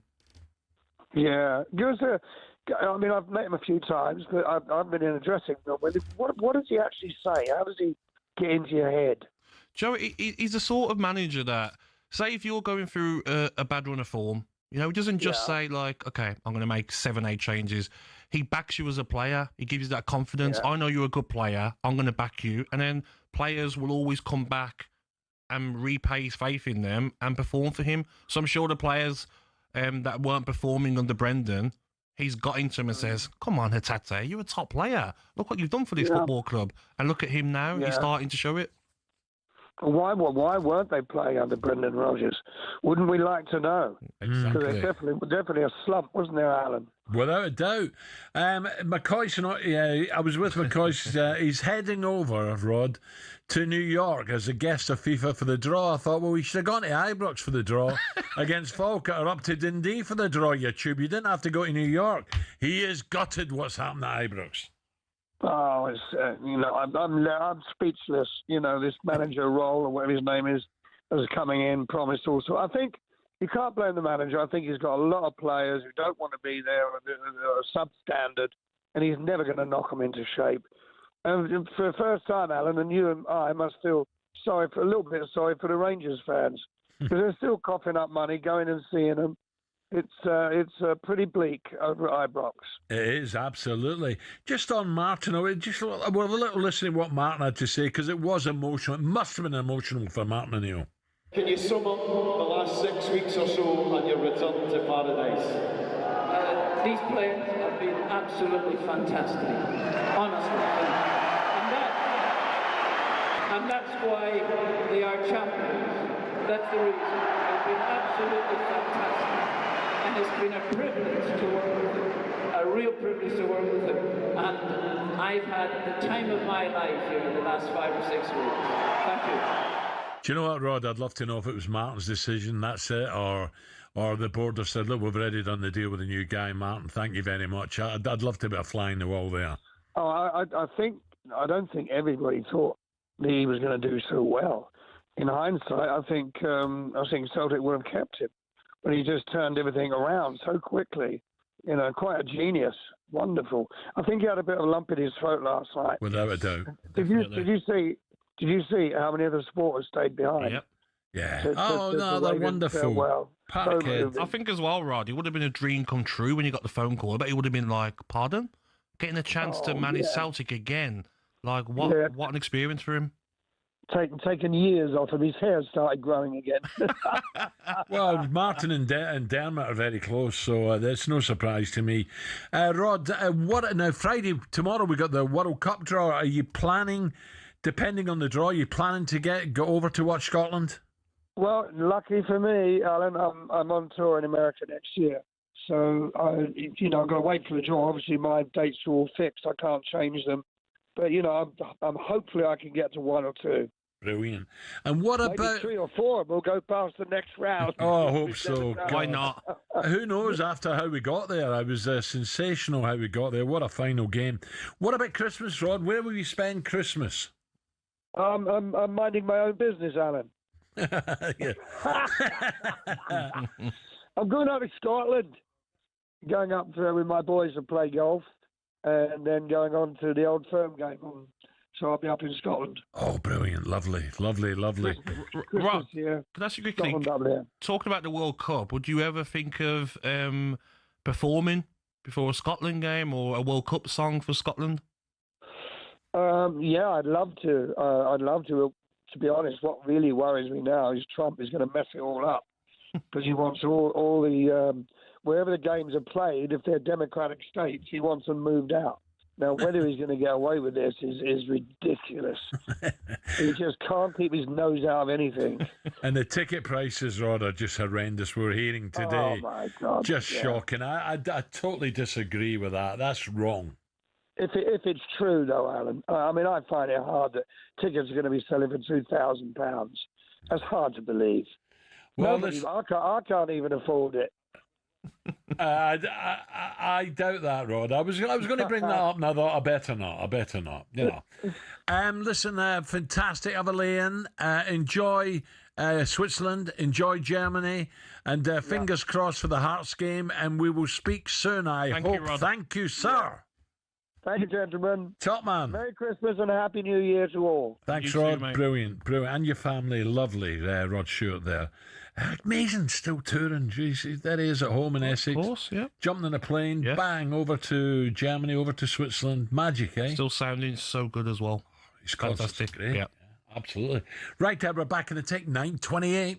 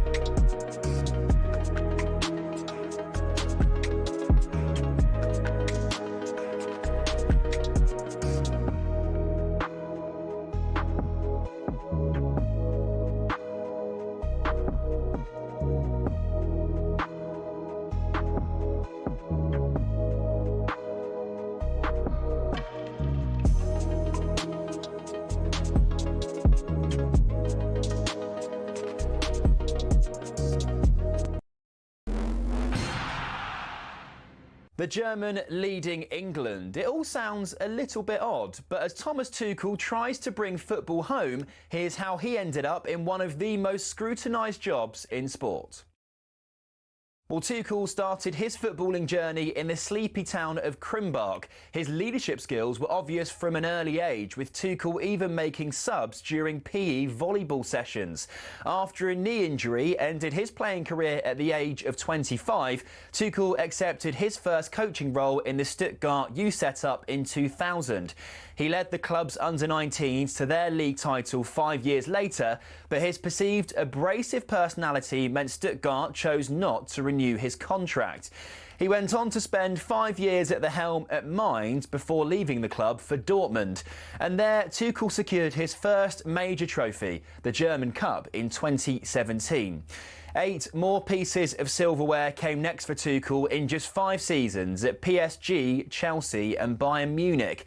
And that CV impressed the top brass at the FA. We found so many similarities and so many things that suited my approach and my hunger to achieve special things. I always wanted to come back to England. Well, he says all the right things, but is destiny on Tuchel's side?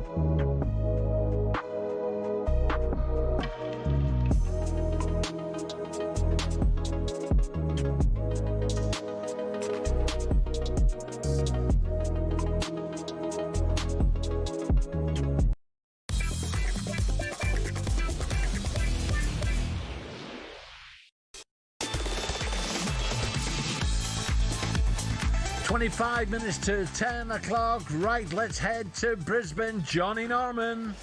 206 for 4 England, with Joe Root at 27 away from you-know-what, and Ben Stokes at 19 not out. England coming out after the dinner break, knowing that a testing spell of bowling was approaching. It's now dark in Brisbane, so they got through that twilight phase which took place during the afternoon. Harry Brook unwisely dismissed on the drive for 31, bringing Ben Stokes to the crease. But Stokes has looked pretty assured. Australia actually are starting to look like the ones under pressure. They've just burnt their second review on a wildly optimistic LBW shout against Joe Root. Ball hitting the pad, yes, but they're hitting the pad well outside off stump, so they were never going to get that one overturned. They also lost one on the same batter from the same bowler, Scott Boland, when Joe Root was on 62. So they've only got one left now, and England have got 6 wickets in hand. A partnership of 30, and in no great time either. It's not as though they've gone all Bazball on things. They've taken 85 deliveries to get there. They're playing sensible cricket. They know if they can bat today and then up until the tea break tomorrow, it means Australia will come in just as that twilight period hits and then have to bat throughout that evening session under lights. So this game still in the balance, but England, certainly if they can keep Joe Root and Ben Stokes at the crease for another hour or so, they'll feel they're almost in control of the game. However, kind of felt like that at Perth as well. We know what happened there. So England, who at one stage this morning were 5 for 2, now find themselves 206 for 4. Yeah.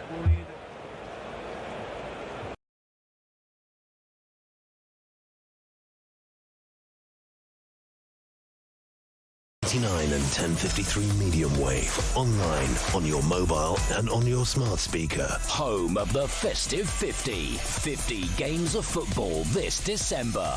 talkSPORT. Right, here we go. 24 minutes to 10 o'clock. England 2:06 for 4. Right, Gabby's alongside me. Now, talkSPORT has a brand new podcast that unpacks the secrets, strategy and stories behind winning the greatest competition on earth. It's got to be the World Cup. It features a lovely mix of comedians, footballers and journalists, including Manny Petit, Kleberson and Brad Friedel as well. Whether you're a die-hard football fanatic or a casual fan, this podcast is your ultimate guide to what it really takes to lift the trophy. A little clip of our new podcast, How to Win the World Cup. Join us right here in the studio to tell us more is the man who will be hosting it. Good morning, comedian, big Forest fan as well. Matt Ford joins us, and Manny Petit. Good morning, gentlemen. Good morning, gentlemen. fellas. Good morning. Now, what brought this about? Well, every summer or every 4 summers, I'm absolutely convinced that England are going to win the World Cup. And in my lifetime... You wish. Most disillusioned English people are. Yeah. Merry Christmas. So I wanted to gather together a team of experts, including people like Emmanuel who've actually won it, and figure out what it takes to actually win it and create a blueprint that England or Alan, maybe even Scotland could follow and win the World Cup this summer. We don't kid ourselves on. Not to that extent. Now, listen, England go there with a fighting chance. We'll get the draw tomorrow, of course. Some great players in that squad. But how many times have we said that, Manny? By the time England get there, they get so far and just at the almost the second last hurdle, boom, over they go. One day it's going to change, you know. One day they're going to win the World Cup. I hope for England, but you know, it's been such a disillusion, you know, disappointment for years and years. They had so many great players, great teams, but achieve what, semi-final? Yes. He has to change now. I think something has to change. Will it be in this World Cup with the weather, Manny? You know, you look at European records in the boiling hot sun. I know, don't get me wrong, France and Italy and Spain are warm, but when you're playing at the highest level, humidity, it can be extreme heat over there. So it must favour the Latinos, the South Americans, surely. Yeah, this is what we experienced in 2002 in Asia, you know. And with the heat, you know, and the humidity, it was so difficult to... That's the killer, humidity. And we played the first game against Senegal, you know, the African team. And obviously we had so many chances to score, but we lost the game 1-0. And we started very poorly, and we were out very quickly. But that's the great thing about climate change, is that London is 40 degrees most of the year now, so we are fully acclimatised before we get there. Yeah. So, Emmanuel, you won the World Cup, so quite simple. You explain on the podcast how England win it, and then we go win it. Easy. Yeah, well, that's not that easy, you know. There's no recipe, you know, to show you the way of winning. You know, it's quite difficult. You know, you need so many ingredients, you know, to get that victory. Yeah. There's going to be a lot of fun in this podcast, but on a serious note as well, Manny. Who do you think is a team to, or give me 3 teams. France is one. Who's the other 2? Yeah, I think France has a chance to win the World Cup, but for me, actually, they have. It's like France are like England, you know. It's full of great players, but they need identity into the team. You know, they need DNA, something like that. For me, the only team that can provide that actually, it's Spain. Spain, the way they play, they are not with Lamine Yamal. You know, they have some individual. They are very, very good, but. The way they play all together, that's something different. Yeah, it brings something different. We've seen that, you know, during the European Cup, you know, the last time, you know, they won, and they are going to be very difficult to beat. Yeah, France, England, Portugal, those teams, they have a chance, you know, to win it. But we still based on our individuals, you know, in France, and we reached, you know, so many finals, we won so many competitions, but. At the end, I think when you play as a unity, this is something that could be very important. And that used to hold back France, but not now. What about South American sides? Argentina must be still one of the Argentina, yeah, I agree. And that's going to be the last tournament for Messi, for Cristiano Ronaldo. Yes. We all know what happened, you know, during the World Cup in 2022 in Qatar, you know, when they won the World Cup against France in final. The way they were united around Messi, They love him so much, and I think it's going to be the same things. It's an army, at Messi's services, during the World Cup. So it's going to be very difficult to beat as well Argentina. Yeah. I think reading between the lines, what Emmanuel's saying is it's coming home. Yeah. Is that this is England's time, and it is inevitable that Thomas Tuchel will win the World Cup for us. I feel like it is, though. I know we say it every 4 years, but I just feel like the talent that we've got. I mean, the options we've got. We're going to have this debate probably after the January. We're going to come back and say who's the number 10 for England. Just let me interrupt. Just slightly disappointing interruption, but it's not Joe. It's not Joe Root who's walking. Who is it? Johnny Norman. Oh mate, it's the skipper Ben Stokes. He's just been run out. He's just got into an awful mix-up with Joe Root at the other end, pushing the ball to point.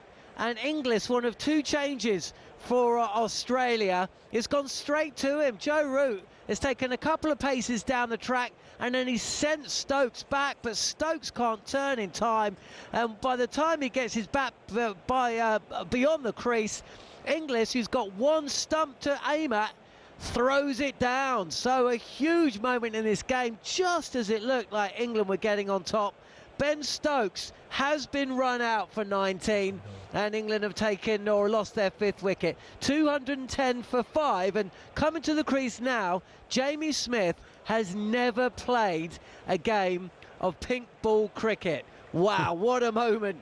What a moment for England. What a moment for Stokes, and of course Joe Root at the other end. Johnny, let me just say, I don't know what angles you're looking at. That was one hell of a throw, a pick up and throw from Inglis. Absolutely brilliant. English born as well, by the way. In the side, he's usually a keeper, but because Carey's the man in possession of the gloves, he's in the outfield.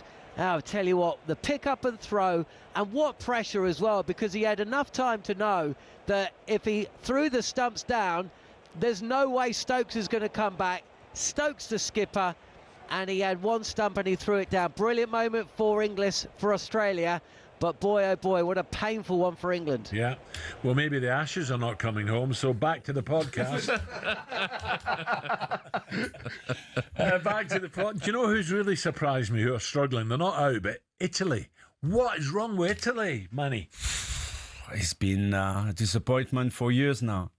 I think Italy, what's missing at Italy is great players.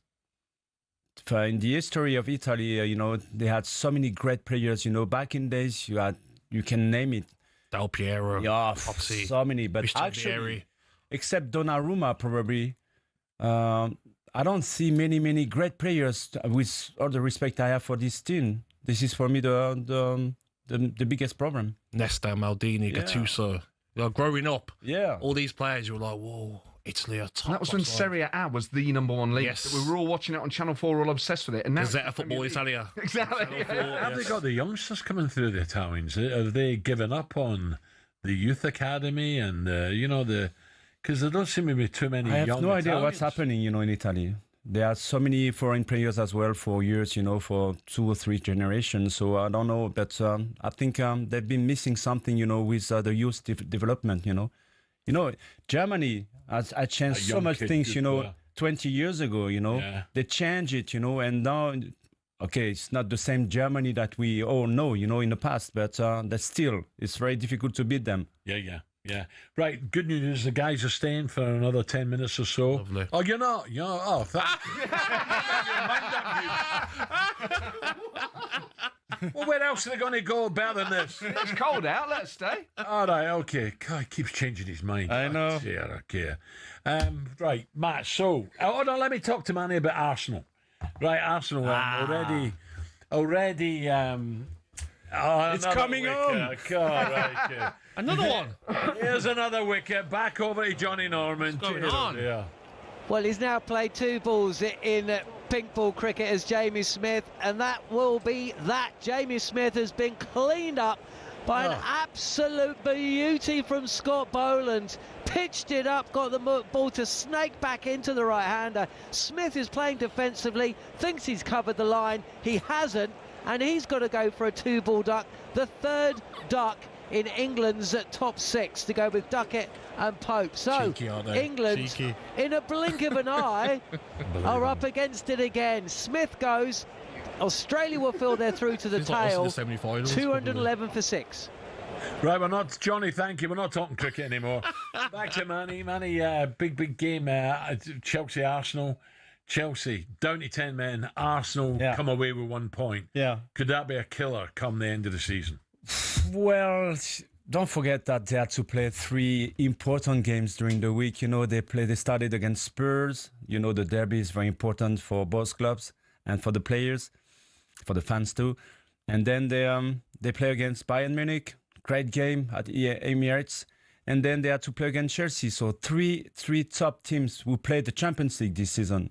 So I can understand why. And at the end, they won twice and they drew away from home. So honestly, do you have to look though, Emmanuel, at like Arsenal squad of players now, how they're performing, the options that they've got. They have to make it happen now. Of course. And win the Champions League now. It's now or never. Do you know what I mean? Because Bayern Munich are a good side, will get better. PSG is still a good side, will get better. Man City will get better. Liverpool will sort themselves out. This is the season that Arsenal need to go. Yeah, but Gabby, remember last season at the same stage, Liverpool were brilliant, you know. Yeah. They were dominating the Premier League. Yeah. They were top of the Champions League table too. And they only won the Premier League and they were out against Paris Saint-Germain on the penalty shoots, you know. But at the moment, I don't see any team that can be at the same level, except probably Paris Saint-Germain when they have the full squad. Yeah. And probably Bayern Munich, even if they lost against Arsenal last week. I think, but this is only December. Still early. You know, you know what we said in France? It's at the end of the concert that you pay the musicians. Yeah. So we're just halfway. Yeah.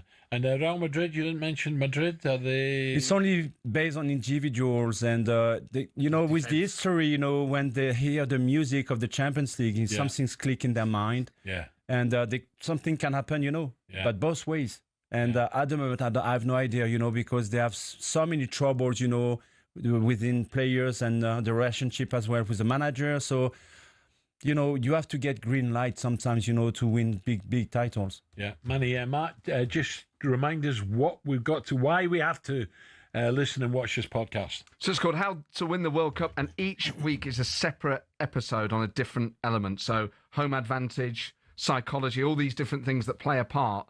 And it's a full analysis of how any country can win the World Cup, but particularly England and maybe Scotland. Guys, have a great weekend coming up. You too. Enjoy. Thank you, guys. See what the draw brings us tomorrow. I look forward to it. Merci. Thank you. Thank you. Right. Thank you. French is coming on. 9:50.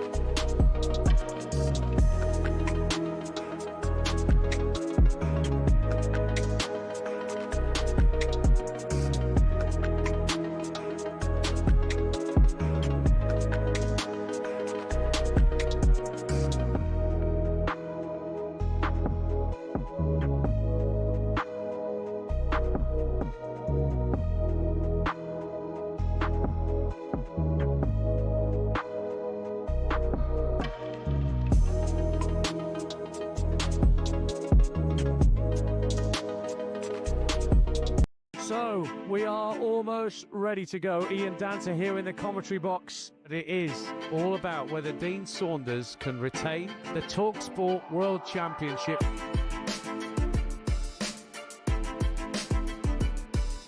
To win the leg. She's got it! Gets it! Double nine! He refuses the handshake.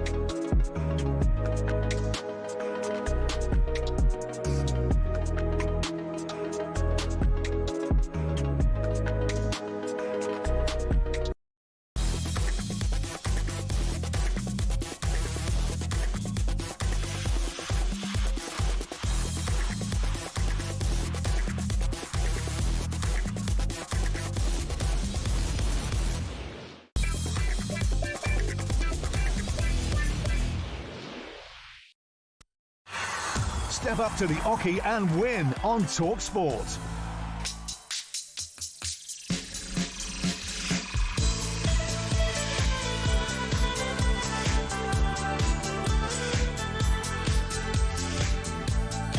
I can tell you Joe Root's still on 82 jacks. Yet to get off the mark, so it's really hotting up down there in Brisbane. What's he done 9:53. wrong there? What's he done wrong there, Al? Going for a duck. Oh, No experience, is that? Oh, yeah. Plus, it's nervy, it's the Ashes, and maybe it's a good ball. He's Yes. trying to play with defensive stroke. And then looking at Stokes run out again. That is a Disappointing. brilliant throw. Yeah, but brilliant throw. You don't expect Stokes to make that mistake, though, do No, you? I don't, but I'd give the fielder the benefit credit, of that. yeah. It's brilliant. Okay. Right, we're a week away from the talkSPORT Darts Presenter Trophy. This is your chance to be there. You and a mate could be the only members of the public allowed in next Wednesday, 10th of December in London, as 8 of talkSPORT's biggest names take to the Oki. You could be right there with us and rub shoulders with your favourite talkSPORT presenters. Gabby, are you confident? No. No? Why? Because I'm not great at darts. You've not practiced, have you? I have done a little bit. You of have practicing. not. How You're do a you know? fibber. I've done a little bit. No, you haven't. In your daughter's bedroom, like, you know, you got to get the atmosphere, a few pints, and a bit of, you know. I got a picture of you at home, mate. I throw darts at, that's how I've done it on. I hit the you? bullseye right All on your okay. nose. The very next day, you'll be heading to the opening day at the PDC World Darts Championship. We'll have 2 nights in a hotel covered, and we'll give you $2.5 grand cash in your hand. You only have 6 more hours, so hurry up. If you're doing this, if you fancy it, for your chance to win, text the word WIN, W-I-N, to 83338. That's 83338. Text costs £2 plus your standard network rate, or call. Right, grab a pen. Stupid number. 0343 423 9761. That's 0343 4239761. What is it? I missed that last. What is it? I'm not telling you again. Lines closed 4 p.m. tomorrow. That's when you'll need to answer your phone if it rings. 18 plus, UK excluding Northern Ireland.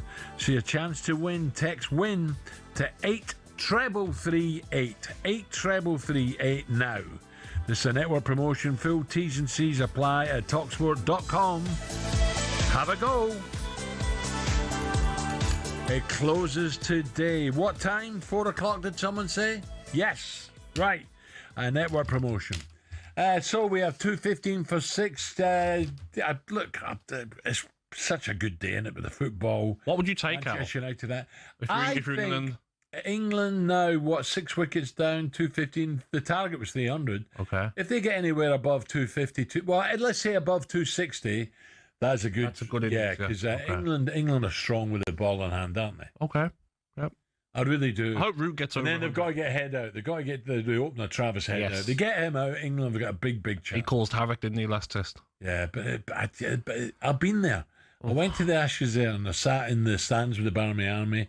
It's a real funny crowd. Is it? That Barmy Army, yeah. Why? In what No, way? there's the normal people and there's not so normal people. Oh, is it? So some lively characters. There's some lively and ones. There's some quiet there's ones just sitting there. And there's some guy, because I'm a people watcher, I'm sitting there with a pint, right? And it's watered down Castlemaine. Yes. Not the best beer. And I'm looking around, I'm following the cricket, and I'm looking around me, and there's guys that are right into it. And there's other guys you think, what does he do for a living? Yeah. What's his story? How does he get out? How has he got the money to take time off work and get out here? Yeah. Do you know what I mean? And then someone's quiet as a mouse. He suddenly stands up and goes into a song, and everyone joins in. He looks like a librarian. What's wrong with the librarian now? I'm looking around going, this is what a bunch of weirdos this is. I think and then there's some other great guys. They go to the pub with them afterwards. Yes. They're brilliant. I think Brucey was at the last one. All right. Yeah, I think he's gone over for it. So it's something that I would like to do, though, Al. Could imagine it's an amazing experience. Do all four. Well, the one to do, they reckon, is Melbourne. Okay. The MCG. Is it New Year's Day? 100,000. They reckon that's the big one. Yeah. Sydney would be great. But no, I think Melbourne, the MCG, that'd be the one to do. Definitely. Well, fingers crossed then. Let's get route to 100. We got to go, Gab. So it's 216, 216 for 6. Jax is off the mark with 1. And Joe Root heading towards that ton. Good luck to you, Joe. I'm back tomorrow with Ray Party Parlour. Don't go away, Sam and Simon Jordan coming up next.